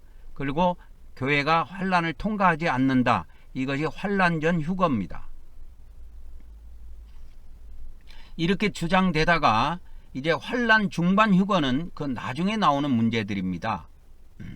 그래서 이 후기 전천년설에서 추가된 내용은 이렇게 축약해 볼 수가 있습니다. 이스라엘은 회복돼야 한다. 그리고 대환란이 천년왕국 전에 반드시 있게 된다. 그리고 대환란을 설명하면서 휴거라는 문제를 초대교회에서는 단 한 번도 이 용어를 사용해 본 적이 없는데, 이제 후기 전천년설을 이야기하는 이 학자들이나 목회자들 입에서는 휴거라는 이야기가 이제 상식적으로 나오게 되는 것입니다. 그래서 지금 현재 기독교 안에서도 휴거에 이게 많이 매몰되어 있는데, 이걸 성경적으로 잘 정립을 해야 됩니다. 안 그러면 거짓 휴거론에 휘말려 가지고 쫄딱 망하는 수가 있습니다. 여러분, 쫄딱 망하면 안 돼요. 그래서 정기 전천년설에서는 이 대환란이 언급이 된 적이 없는데, 후기 역사적 전천년설에서 예수 그리스도의 재림 전에 교회가 반드시 대환란을 겪게 될 것이라는 걸 강조하게 됩니다. 그래서 대환란이라는 내용이 뭐냐면 이런 내용이에요. 하나님의 심판과 악의 세력의 최후 발악으로 해석됐고, 교회의 정화와 성도의 연단 등을 위한 가정으로 이렇게 여겨졌습니다. 그래서 대환란을 교회와 연관시킬 때 나쁜 쪽으로 본 것이 아니고, 교회는 이 대환란을 통해서 연단받는다는 그런 개념으로 많이 썼어요. 그리고 이런 것을 통해서 정화된다. 이런 그런 과정이 반드시 필요하다. 그래서 이것이 나중에 세대주의에서 7년 대환란이라는 말로 굳히게 됩니다. 그러니까 처음에는 7년이라는 말이 언급이 안 돼요. 그냥 대환란이라는 말만 이렇게 사용이 되다가 이게 세월이 점점점 오다가 이것이 이제 7년 대환란이라는 용어로 이제 세대주의에 의해서 그 고착화되게 됩니다. 그래서 이 후기 전천년설 있죠. 이게 후기 전천년설 그렇게 해요. 후기 전천년설에서는 이와 같이 천년왕국을 예수 그리스도가 직접 통치하는 지상 왕국으로 이렇게 설명을 하고 있습니다. 그러니까 이거는 초대교회하고 같아요. 그래서 이때 전 세계는 평화와 정의가 실현이 되고, 그런 천국과 같은 이상적인 사회가 이 지구상에 만들어진다. 이때 성도들은 예수 그리스도와 함께 통치하는, 그러니까 첫째 부활에 참여한 자들은 통치하는 특권을 누리게 된다. 그래서 이제 이것도 요한계시록의 세모력에 들어가 보면 성도들은 예수 그리스도와 함께 통치하는 특권을 가진다, 이렇게 함부로 말할 수가 없어요. 요한계시록 20장에는 첫째 부활한 자들이 예수 그리스도와 함께 통치한다고 되어 있습니다. 그래서 여기에 용어 하나가 잘못 선택되면 난리가 나는 거예요. 그래서 이런 거를 무심결에 그냥 성도하면 예수님 믿는 사람들은 다 휴가됐다가 또 예수님하고 다 함께 내려와 갖고 1000년 동안 통치한다. 그러면 누가 백성입니까? 다 통치하면? 백성이 있어야 통치할 거 아니요. 왕만 있는 나라가 어디가 있습니까? 근데 이제 신기하게도 그러면 이제 여섯 번째, 지금부터는 이스라엘이 1948년도에 나라가 독립이 돼요. 이스라엘 나라가 1948년도에 완전한 국가로 독립이 되게 되는데요. 근데 이 독립이 되기 이전에, 이스라엘이 회복되기 이전에 이스라엘의 회복을 이 후기 전천연설에서 이야기했다 이 말이요. 이 후기 전천연설에서 이걸 이야기했다니까요.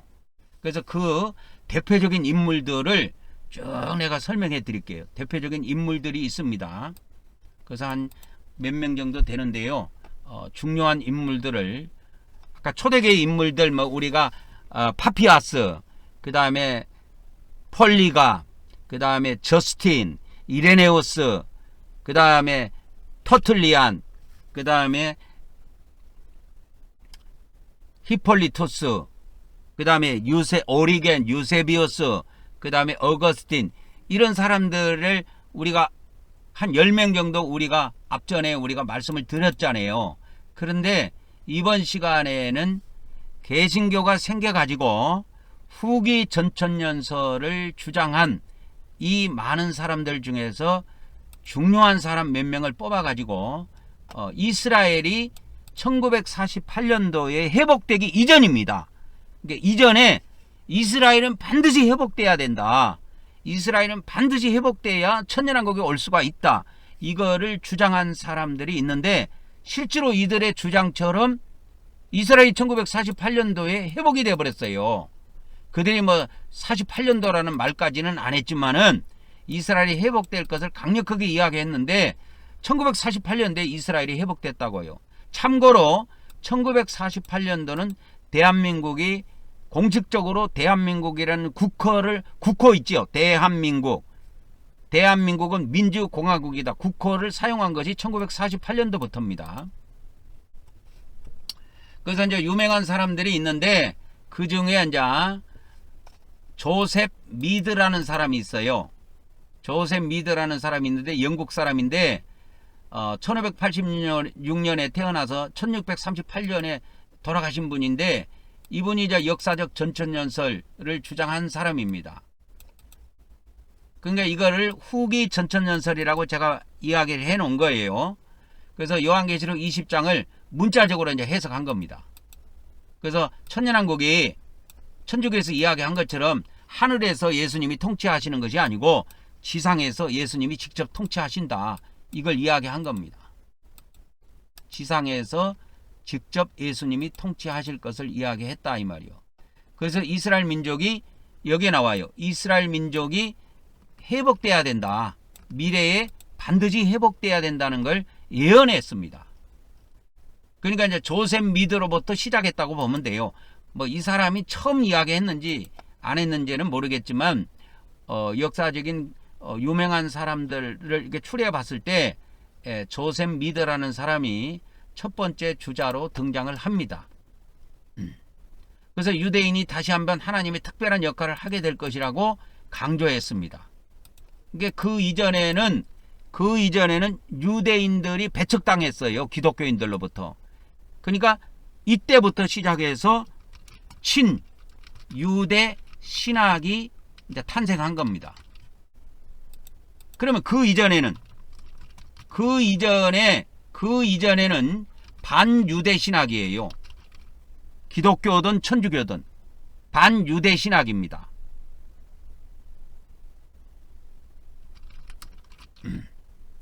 근데 이제 친유대 신학이 드디어 탄생되게 된 겁니다. 친유대 신학이 이와 같이 탄생된 겁니다. 그 이전에는 뭐예요? 반유대 신학이에요. 그러니까 유대인을 반대하고 비판하는 그러한 신학이었습니다. 기독교의 전 신학이. 근데 이제 그 조셉 미드라는 이 사람부터 시작해서, 그러니까 종교개혁이 일어난 지 한 70년 이후죠. 그죠? 1517년에 생겼으니까 70년 이후에 태어난 사람이 조셉 미드라는 사람이 있는데, 이 사람이 이스라엘이 회복돼야 된다. 그리고 그 유대인들이 특별한 역할을 이 마지막 때에 하게 될 것이다 하는 친유대 신학이 이때부터 탄생된 겁니다.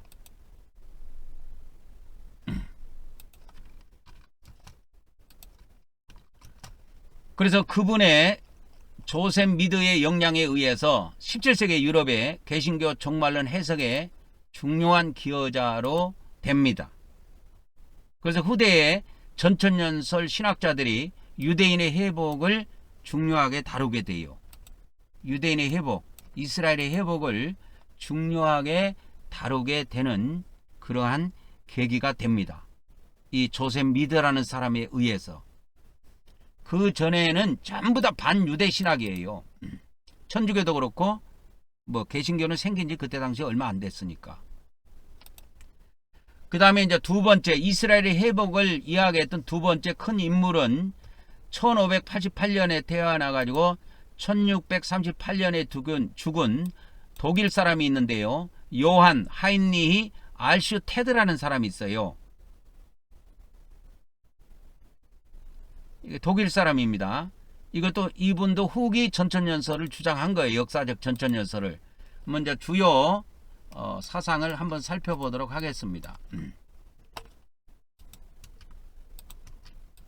그러면 주요 사상이 뭐가 있느냐 하면, 성경의 예언을 분석하면서 천년왕국이 예수님의 재림 이후에 문자적으로 반드시 실현된다. 이거를 주장을 했습니다. 그리고 전기 전천년설에서는 없었던 이스라엘의 회복이 추가되어 있어요. 내용이. 이스라엘이 회복될 것이다. 그래서 유대인들이 예루살렘에 돌아올 것이다. 이제 점점점 내용이 추가되죠. 유대인들이 예루살렘에 반드시 돌아와서 이스라엘 나라가 회복될 것이다. 근데 이 예언이 1948년도에 실제로 성취가 됐어요. 그러면 이 사람이 죽은 지가 1638년이니까 약 300년 뒤에 1948년이니까 300년 전에 예언한 건데, 그 예언이 300년 후에 성취가 됐다니까요. 실제로. 그래서 유럽의 정치적인 변화라든지 이 종말전 사건들을 이렇게 연결했습니다. 그래서 이때부터 이제 지금도 그런 일들이 있는데, 뭐 종말에 징조해가지고 신문 같은 거 스크랩 해가지고 뭐 OH 필름으로 띄워지고 그렇게 했던 것들이 그때는 없었지만, 지금은 이런 일들이 있는 것은 이 사람들의 영향에 의한 겁니다. 요한 하인리의 영향이라고 보면 돼요.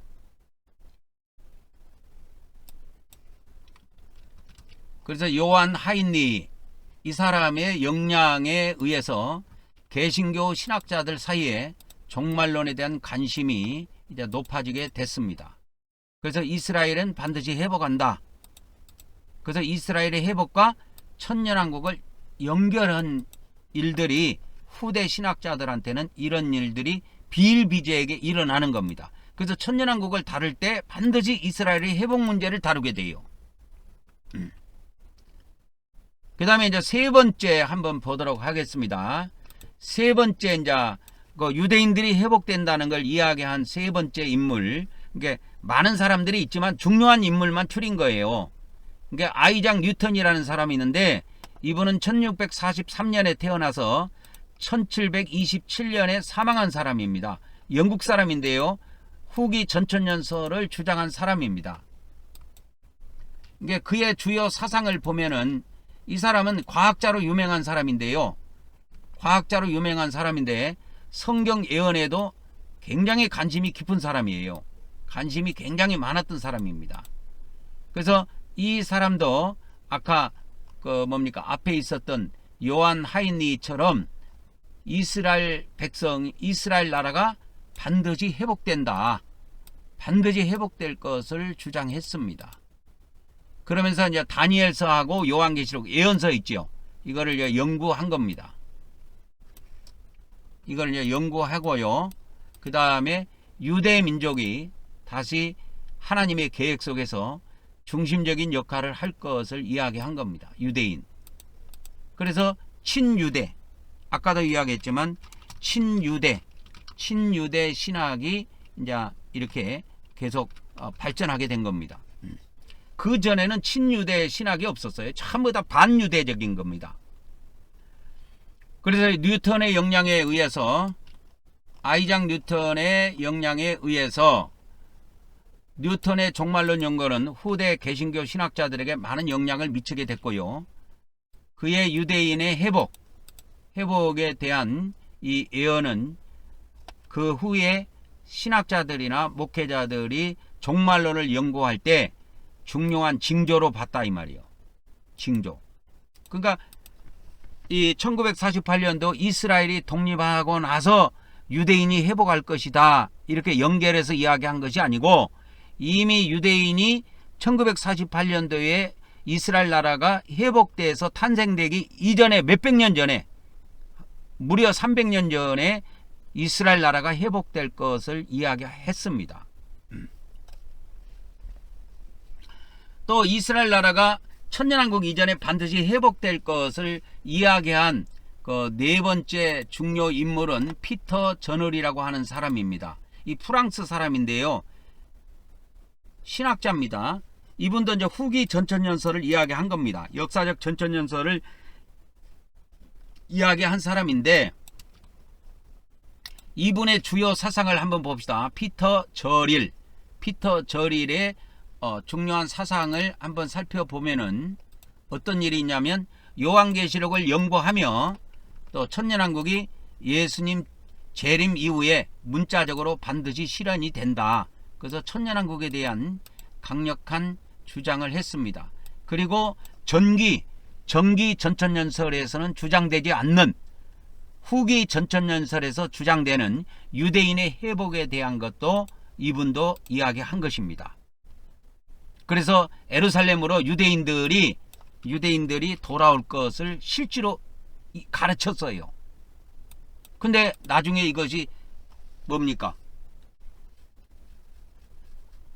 300년 뒤에 이 일들이 이루어진다 이 말이요. 그리고 이제 로마 교황하고 카톨릭을 이제 적그리스도 세력으로 본 거예요. 적그리스도 세력으로 이렇게 본 겁니다. 그래서 적그리스도 세력으로 이렇게 교황을 갖다가 적그리스도 세력, 로마 카톨릭을 적그리스도 세력으로 보는 것들이 개신교에서 이렇게 싹트게 됐는데 피터 저릴에 의해서 이런 것들이 나중에 확산되었다 이렇게 보시면 됩니다. 그래서 피터 저릴 이 프랑스 사람인데 이분이 프랑스 개신교하고 유럽 개신교 신학자들에게 종말론을 이런 종말론을 퍼뜨리는 데에 크게 기여한 사람으로 볼 수가 있습니다. 그래서 이스라엘의 회복과 종말론을 연결지은 초기 신학자 중에 한 명이기도 합니다. 그 다음에 이스라엘의 회복을 이야기했던 사람 중에서 다섯 번째 중요한 인물이 있는데 이노센스 메릭이라고 하는 사람이 있습니다. 미국 사람인데 청교도 신학자예요. 이분도 이제 후기 전천년설, 즉 역사적 전천년설을 주장한 사람인데 그의 주요 사상을 살펴보면은 다음과 같습니다. 유대인들이 반드시 이스라엘 땅으로 돌아올 것이다. 강하게 주장했습니다. 그래서 그의 예언대로 나중에 약 300년 후에 이런 일들이 실제로 이루어집니다. 이 지구상에서. 그리고 이제 미국이라는 나라 있잖아요. 미국을 종말론적으로 해석을 했어요. 왜 그러냐면 이제 미국의 이 청교도 신자들이 가갖고 미국의 새로운 기독교 문화를 이렇게 탄생시켰지 않아요. 그래서 미국이라는 나라를 종말론적인 관점에서 특별히 이렇게 해석을 하게 된 것입니다. 이분이 이제 청교도이기 때문에 이제 청교도 사회에 대해서 이렇게 해석을 한 겁니다. 그래서 청교도 사회는 하나님이 준비한 공동체다, 이렇게 설파하게 된 것이지요. 그래서 이분도 요한계시록을 연구하고 종말이 가까워왔다고 이렇게 경고를 날리기도 했습니다. 그래서 이노센스 메릭의 영향에 의해서 미국 청교도 공동체에서 역사적 전천연설을 미국에서는 믿게 된 겁니다. 그리고 유대인들의 이 회복, 이 개념도 계속 확산하게 된 것이죠.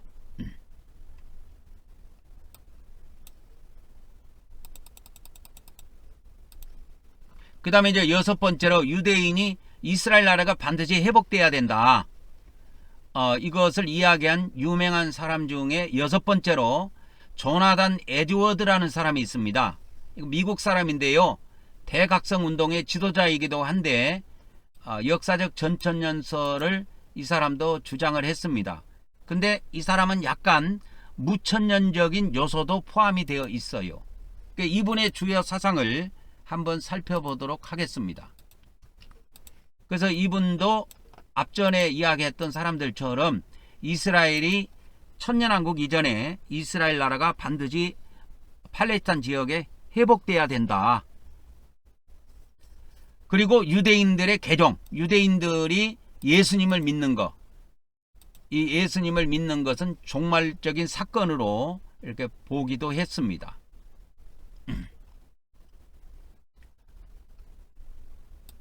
그 다음에 청교도 신앙을 기반으로 하나님이 역사 속에서 천년왕국을 준비하고 계신다고 이렇게 전하기도 했습니다. 그래서 이분도 유대인의 회복을 주장을 했고요.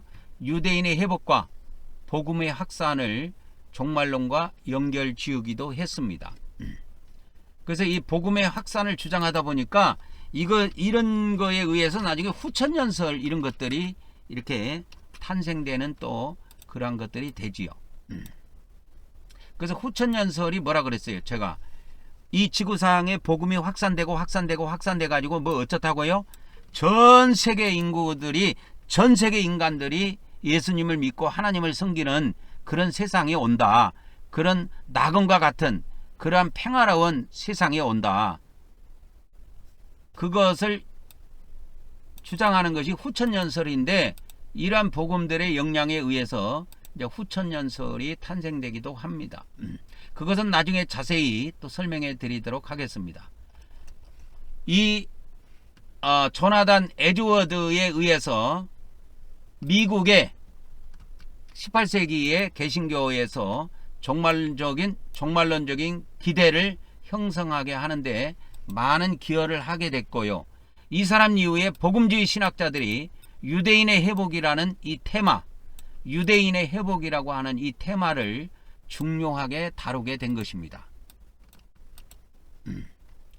그 다음에 이제 존 넬슨 다비, 이분에 의해서 이제 세대주의가 탄생이 됐는데요. 이분은 역사적 전천연설이 아니고 그래서 세대주의 전천연설이죠. 세대주의적 전천연설입니다. 이때부터 이제 존 넬슨 다비에 의해서 세대주의적 전천연설이 이제 탄생하기 시작을 합니다. 그래서 존 넬슨 다비라고 하는 사람의 이름은 꼭 기억해야 됩니다. 이 사람은 1800년대에 태어나가지고 1882년에 우리 조선에서 유명한 사건이 있었던 1882년에 이제 돌아가시게 되는데, 이 존 넬슨 다비에 의해서 세대주의 전천연설이 이제 체계화되게 됩니다. 이 사람은 아일랜드 출신이고요. 영국에서 활동했는데요. 그의 주요 사상을 한번 살펴보도록 하겠습니다.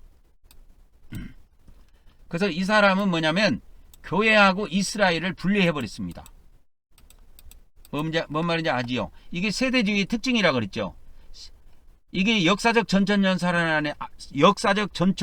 안에는 이러한 내용이 없어요. 교회하고 이스라엘을 구분하지 않고 그냥 영적 이스라엘을 해갖고 하나로 봐버린 거예요.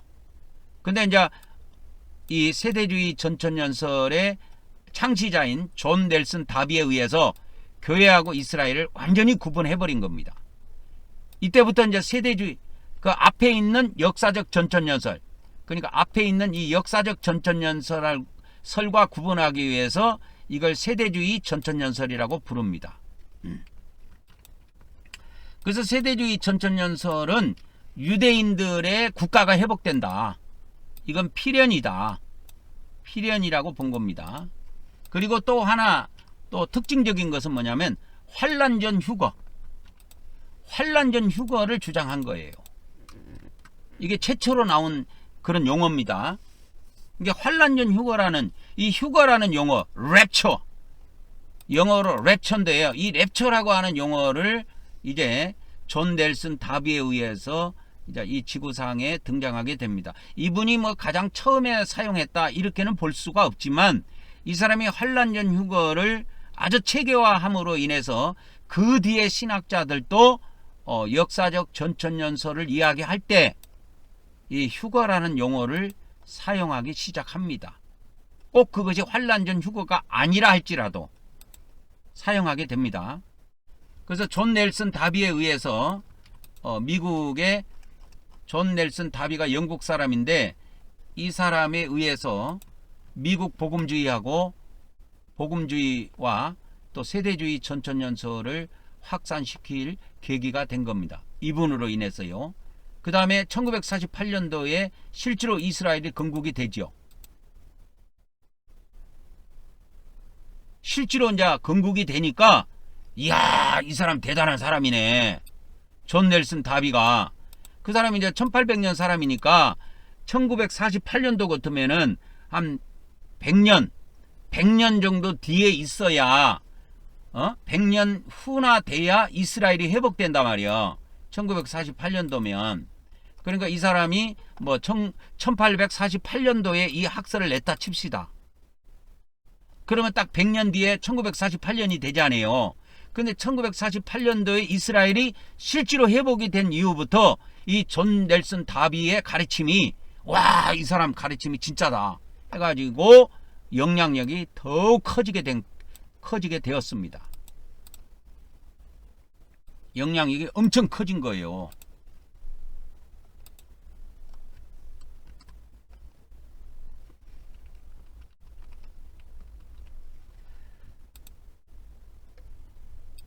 그러면 이제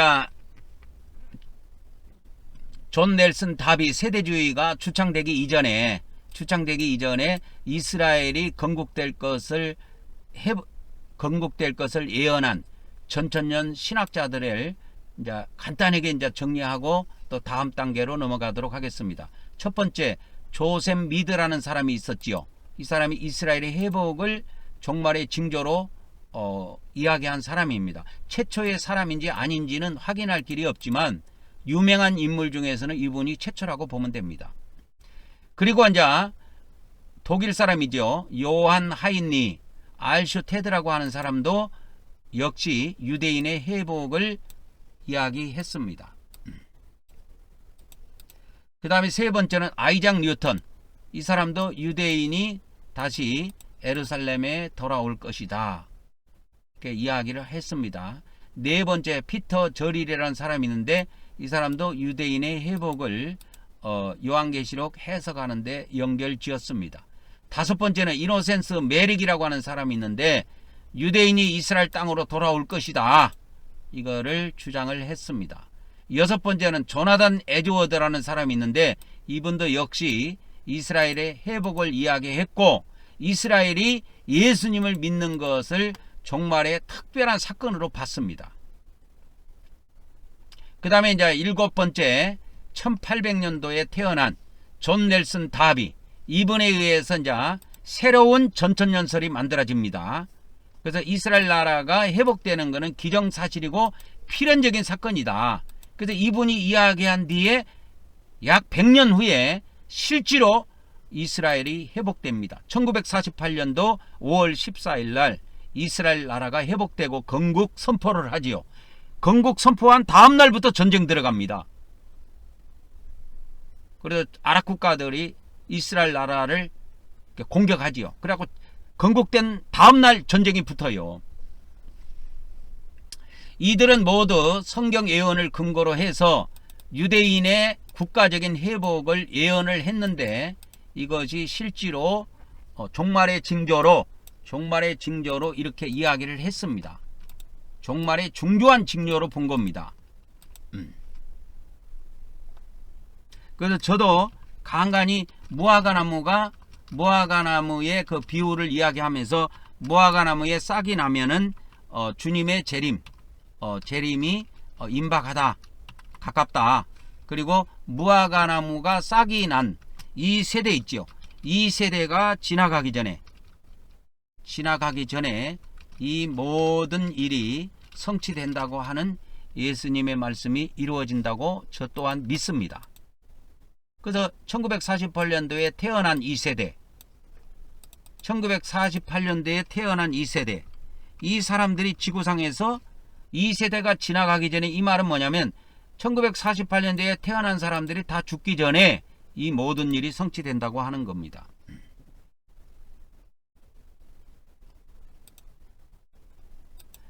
그러면 지금부터는 후기 역사적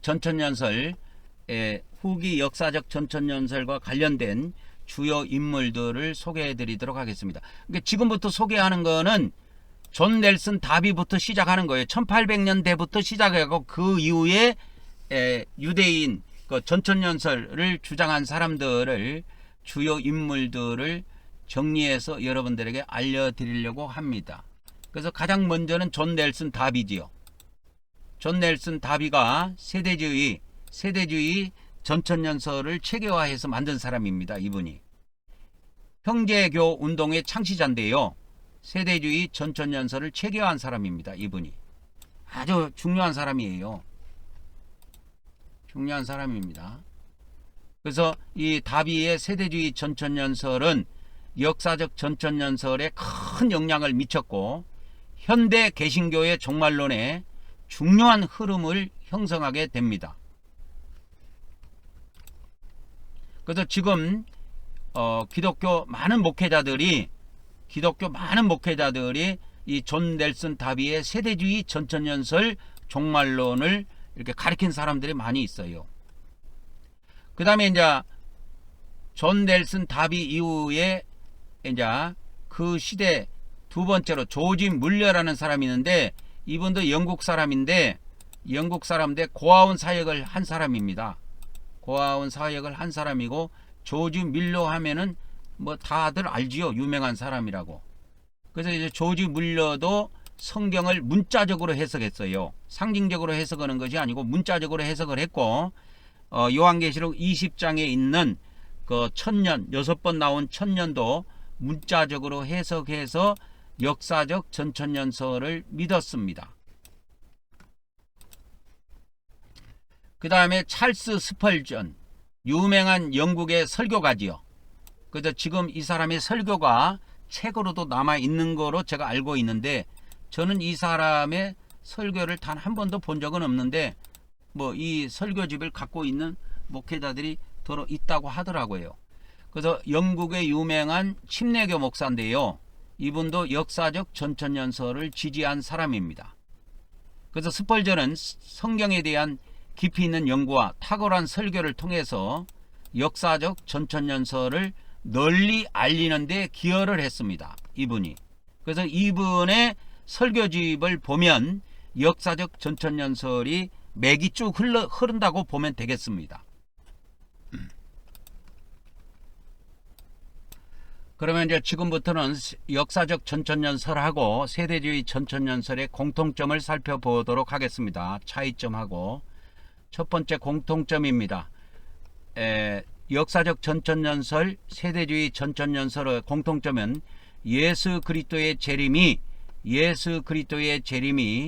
천년왕국 전에 있고, 또 예수님이 직접 지상에 부활하신 육체로 오실 것을 믿습니다. 지상에 육체로 다시 오실 것을 믿는 거예요. 그래서 사도행전 1장에 갈릴리 사람들아 너희가 하늘로 올려오신 예수를 본 그대로 그분은 다시 오신다고 말씀하신 것처럼 부활하신 육체의 몸으로 다시 이 지구상에 재림할 것을 믿습니다. 그 다음에 두 천년왕국 학설, 전천년설 두 학설 다 예수 그리스도의 재림 이후에 지상에서 1000년 동안, 몇 년 동안? 1000년 동안 누가? 그리스도가 통치하는 것을 믿는 것입니다. 그래서 이 성경 요한계시록 20장 있는 이 1000년을 문자적으로 해석합니다. 그래서 요한계시록이나 다니엘서에 나와 있는 그러한 내용들을 문자적으로 해석하는 경향이 강합니다. 그 다음에 두 전천년설 모두 다 이스라엘의 회복, 이 이스라엘의 회복을 중요하게 다룹니다. 이스라엘의 회복과 이 종말론에 있어서의 이스라엘의 회복과 역할을 중요하게 다루고 있다. 그러면 이제 지금부터는 역사적 전천년설하고 존 넬슨 다비에 의해서 주창되었던 세대주의 전천년설의 차이점을 살펴보도록 하겠습니다. 차이는 교회의 휴거의 차이가 있습니다. 전천년설에서는 환란 전에 교회가 휴거된다. 환란 전에 교회가 휴거된다. 이렇게 주장합니다. 휴거라고 하는 것은 이런 겁니다. 예수 그리스도의 재림 전에 교회가 공중으로 끌어올라가는 내용이 있는데 데살로니가전서 4장 16절 17절에 나오는 공중으로 끌어올리는 일 사건이 있는데 이때 환란 전에 교회가 휴거될 것을 이야기하는 데가 세대주의 전천년설입니다. 그러나 역사적 전천년설은 초대교회에도 휴거 개념이 없었지요. 초대교회에도 휴거 개념이 아예 없었습니다. 그걸 이야기한 교부는 아무도 없어요. 휴거를 이야기한 교부는 초대교회에 아무도 없습니다. 이 휴거라는 단어는 18세기, 19세기에 이렇게 등장했다고 보면 됩니다. 그리고 이 역사적 전천년설에서는 휴거를 사용하지 않지만 휴거를 이야기해도 전천년에서 자꾸 세대주의에서 휴거를 자꾸 이야기하니까 휴거라는 용어를 이야기해도 대환란 후에 휴거가 있다. 그래서 이것을 환란 후 휴거라 그래요. 이거를 뭐라고 그러냐면 이것을 환란 후 휴거라고 합니다. 환란 후에 휴거가 있다. 그 다음에 이제 차이점이 또 있는 것이 세대주의 전천년설하고 역사적 전천년설하고 차이점이 있는 것이 뭐가 있냐면 대환란에 관한 겁니다. 이 대환란을 이야기할 때 교회가 대환란을 통과하느냐 마느냐 이 문제인데 세대주의는 교회는 휴거돼 버린다. 대환란을 겪지 않는다. 그러면 대환란을 누가 겪느냐? 이스라엘이라고 하는 저 팔레스타인 지역에 있는 이스라엘은 대환란을 겪는다. 이렇게 이야기합니다. 그러나 역사적 전천년설에서는 교회도 반드시 대환란을 통과한다. 겪는다. 이렇게 이야기하고 있습니다. 그래서 이런 것들을 나중에 세밀하게 여러분들에게 성령님의 가르침을 정리해 드리려고 합니다. 그러니까 정리해 드리기 전에 먼저 이런 내용들이 있다라는 걸 알고 있어야 정리를 해줄 수가 있는 거예요.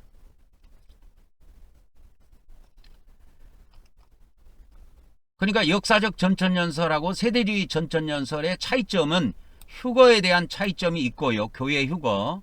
그 다음에 대환란에 대한 차이점이 있습니다. 교회가 대환란을 통과하느냐 마느냐. 통과를 안 한다 하면은 세대주의고 통과를 다 한다. 이것이 역사적 전천년설입니다.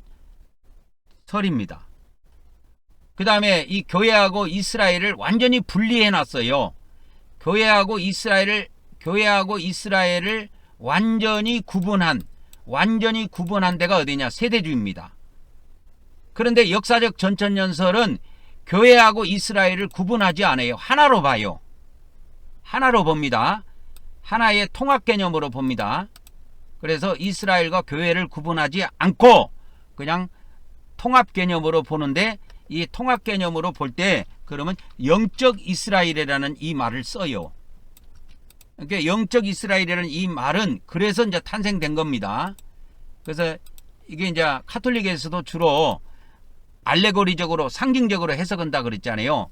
이게 주로 이게 카톨릭에서 온 용어들인데, 개신교에서 역사적 전천년설을 이야기한 사람들도 바로 이런 영적 이스라엘 이런 개념들을 씁니다. 그 다음에 이제 세대주의 전천년설하고 역사적 전천년설이 차이가 있는 것이 뭐냐면, 천년왕국에 대한 성격을 약간 차이가 있습니다. 그래서 세대주의 전천년설에서는 어떻게 저기 뭡니까, 이 천년왕국을 이야기하냐면, 세대주의 전천년설은 성경을 여러 세대로 이렇게 나눠 놓은 겁니다. 여러 세대로 나눠 놨는데 7세대로 나눠 놨어요. 천년 단위로 7세대로 나눠 놨습니다. 그래서 아담으로부터 천년왕국까지 천년 단위로 이렇게 세대를 나눠 놨어요. 천년 단위로 이렇게 7세대로 나눠 놨습니다. 그래서 7세대로 나눠서 하나님의 구원 계획이 각 세대마다 다르게 적용된다고 하는 것이 세대주의 전천년설이에요.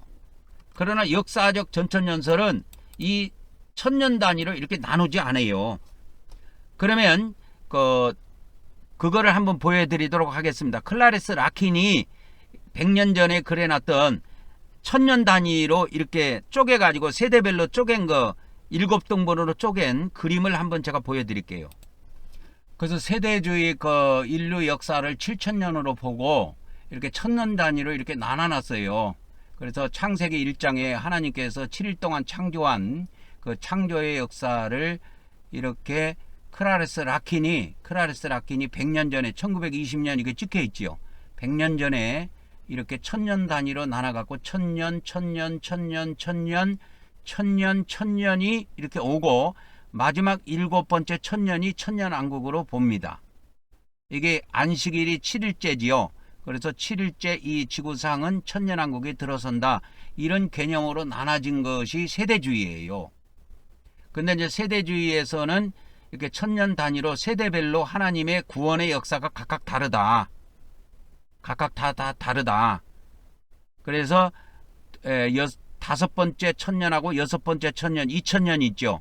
이거를 신약 시대고, 셋째 천년, 넷째 천년 이거 두 개 합해서 2000년인데 이게 구약 시대고, 에덴 동산에서 아브라함까지 이게 2000년인데 이게 두 천년, 2000년인데 두 개의 천년을 제가 통일 시대로 이렇게 붙여 놓은 겁니다. 그래서 아브라함부터 예수님까지 2000년 동안은 구약 시대로 제가 이름을 붙여 놨고, 예수님부터 예수님 재림까지 이거는 신약 시대라고 이렇게 명칭을 붙여 놨어요. 그래서 이 파랗게 된 거는 제가 이렇게 수정해서 이름을 넣은 것이고, 이 도표는 100년 전에 클라레스 라킨이 이러한 개념으로 도표를 그렸습니다. 근데 이제 그때는 흑백으로 그려놨는데 누가 또 인터넷에 이거를 칼라로 이렇게 또 해놨더라고. 칼라로 이렇게 해놨습니다. 그래서 조금 크게 여러분들에게 조금 크게 보여주면 이렇게 됩니다. 그러면 이제 다 들어오죠, 그림이. 그러면 에덴 동산에서부터 시작해서 에녹까지가 1000년, 에녹부터 아브라함까지가 1000년, 아브라함부터 솔로몬까지가 1000년, 솔로몬부터 예수님까지 1000년, 예수님부터 중세 암흑시대 AD 1000년까지 1000년, AD 서기 1000년부터 2000년까지 이 1000년. 그래서 지금 2000년이 다 차고 2025년이 지금 지나갔잖아요. 올해가 2025년이니까, 그죠? 그렇게 해서 이제 2000년대부터 시작해서 3000년까지 사탄의 최후까지 해서 이걸 천년왕국으로 이렇게 본 겁니다. 근데 이제 크라레스 라킨의 도표에 보면 이 뒤에 또 뭐가 하나 더 붙어요. 새하늘 새 땅이라고 하는 시대가 또 붙습니다. 그러니까 저는 성령님의 가르침을 통해서 그 시대는 없고 천국 시대로 온다고 하셨기 때문에 그거를 이 지구상의 역사에서는 지워버렸습니다. 제가 원래 크라레스 라킨이 그린 거, 크라레스 라킨 여기 찍혀 있죠. 크라레스 라킨이 그린 이게 원본입니다. 원본. 이 원본에는 이렇게 돼 있어요. 1000년씩 두 개를 합해 갖고 양심 시대. 아브라함부터 예수님까지 두 개의 1000년을 합해서 율법 시대. 그 다음에 예수님부터 적그리스도가 나타나는 그때까지 해가지고 두 개의 1000년이죠. 이 2000년을 교회 시대 또는 은혜 시대로 이렇게 해놓은 겁니다. 근데 저는 그거를 통일 시대, 구약 시대, 신약 시대 이렇게 용어로 다 바꿔버린 겁니다. 그리고 이제 이게 특별히 뭐 다른 것이 뭐가 있냐면 일곱째 날에 천년왕국에 들어서는 거는 동일한데 저하고 이 크라레스 라킨은 이 천주교의 영향에 의해 갖고 새 땅이 이렇게 있어요. 새 땅의 개념이 천년왕국 끝나고 이 지구상에 새 땅의 역사가 또 있는 걸로 이렇게 그려놨습니다. 그리고 뭐라 그러냐면 알려지지 않는 기간이다. 이 새 땅의 기간은 1000년이 아니고 무한정 가는데 이 기간이 어느 정도 가는지는 알 수가 없다. 그리고 이제 고린도전서 15장에 보면 마지막 때 부활이 있고 난 다음에 아버지께 나라를 바친다는 것이 나와요. 예수님이 아버지께 나라를 바치는 거를 이 새하늘 새 땅이 끝나는 기점으로 봤습니다. 그러니까 이것이 제가 여러분들에게 가르치는 내용하고 완전히 다른 내용입니다. 저는 새 땅과 천년왕국을 같이 봐요. 그래서 그거를 천년왕국이라는 것이 완전히 새로운 세상으로 바뀐다는 것을 여러분들에게 앞으로 계속 알려드리려고 합니다. 그래서 이것은 크라레스 라킨이 100년 전에 그린 원본이에요. 이거 원본 그대로입니다. 이거를 이제 한글로만 바꿔놓은 거예요. 하나도 건들지 않고. 그리고 아까 이거 칼라로 되어 있는 거 이거 있죠. 이거는 그거를 크라레스 라킨이 그린 거를 약간 칼라로 제가 좀 바꿔놓은 겁니다. 그래서 여기다가 초림 이것도 넣어놓고 여기다가 재림도 이렇게 넣어놓고. 근데 이거는 원래 제가 그린 것이 아니고 어떤 사람이 이렇게 칼라로 그려갖고 인터넷에 올려놨더라고. 칼라로 그래갖고 이렇게 올려놨어요.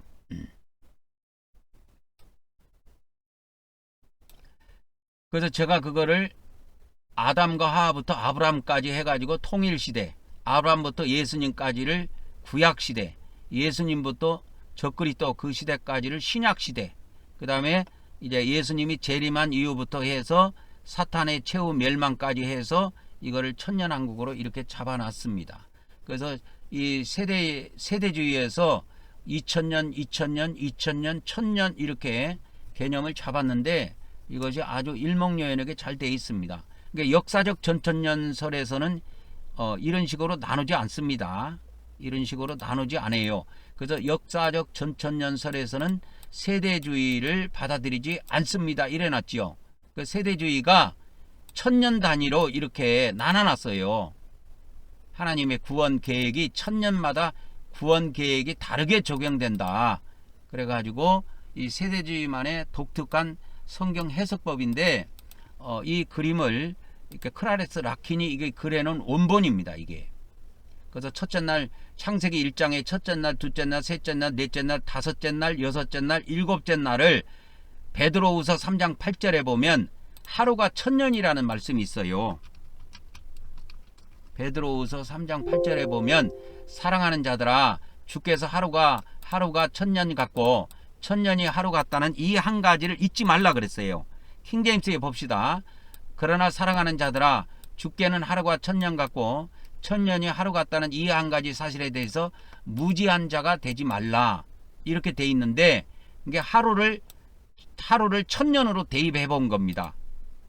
하루를 1000년으로 대입했을 때 7일 동안의 창조 주간은 7000년의 인류 역사가 됩니다.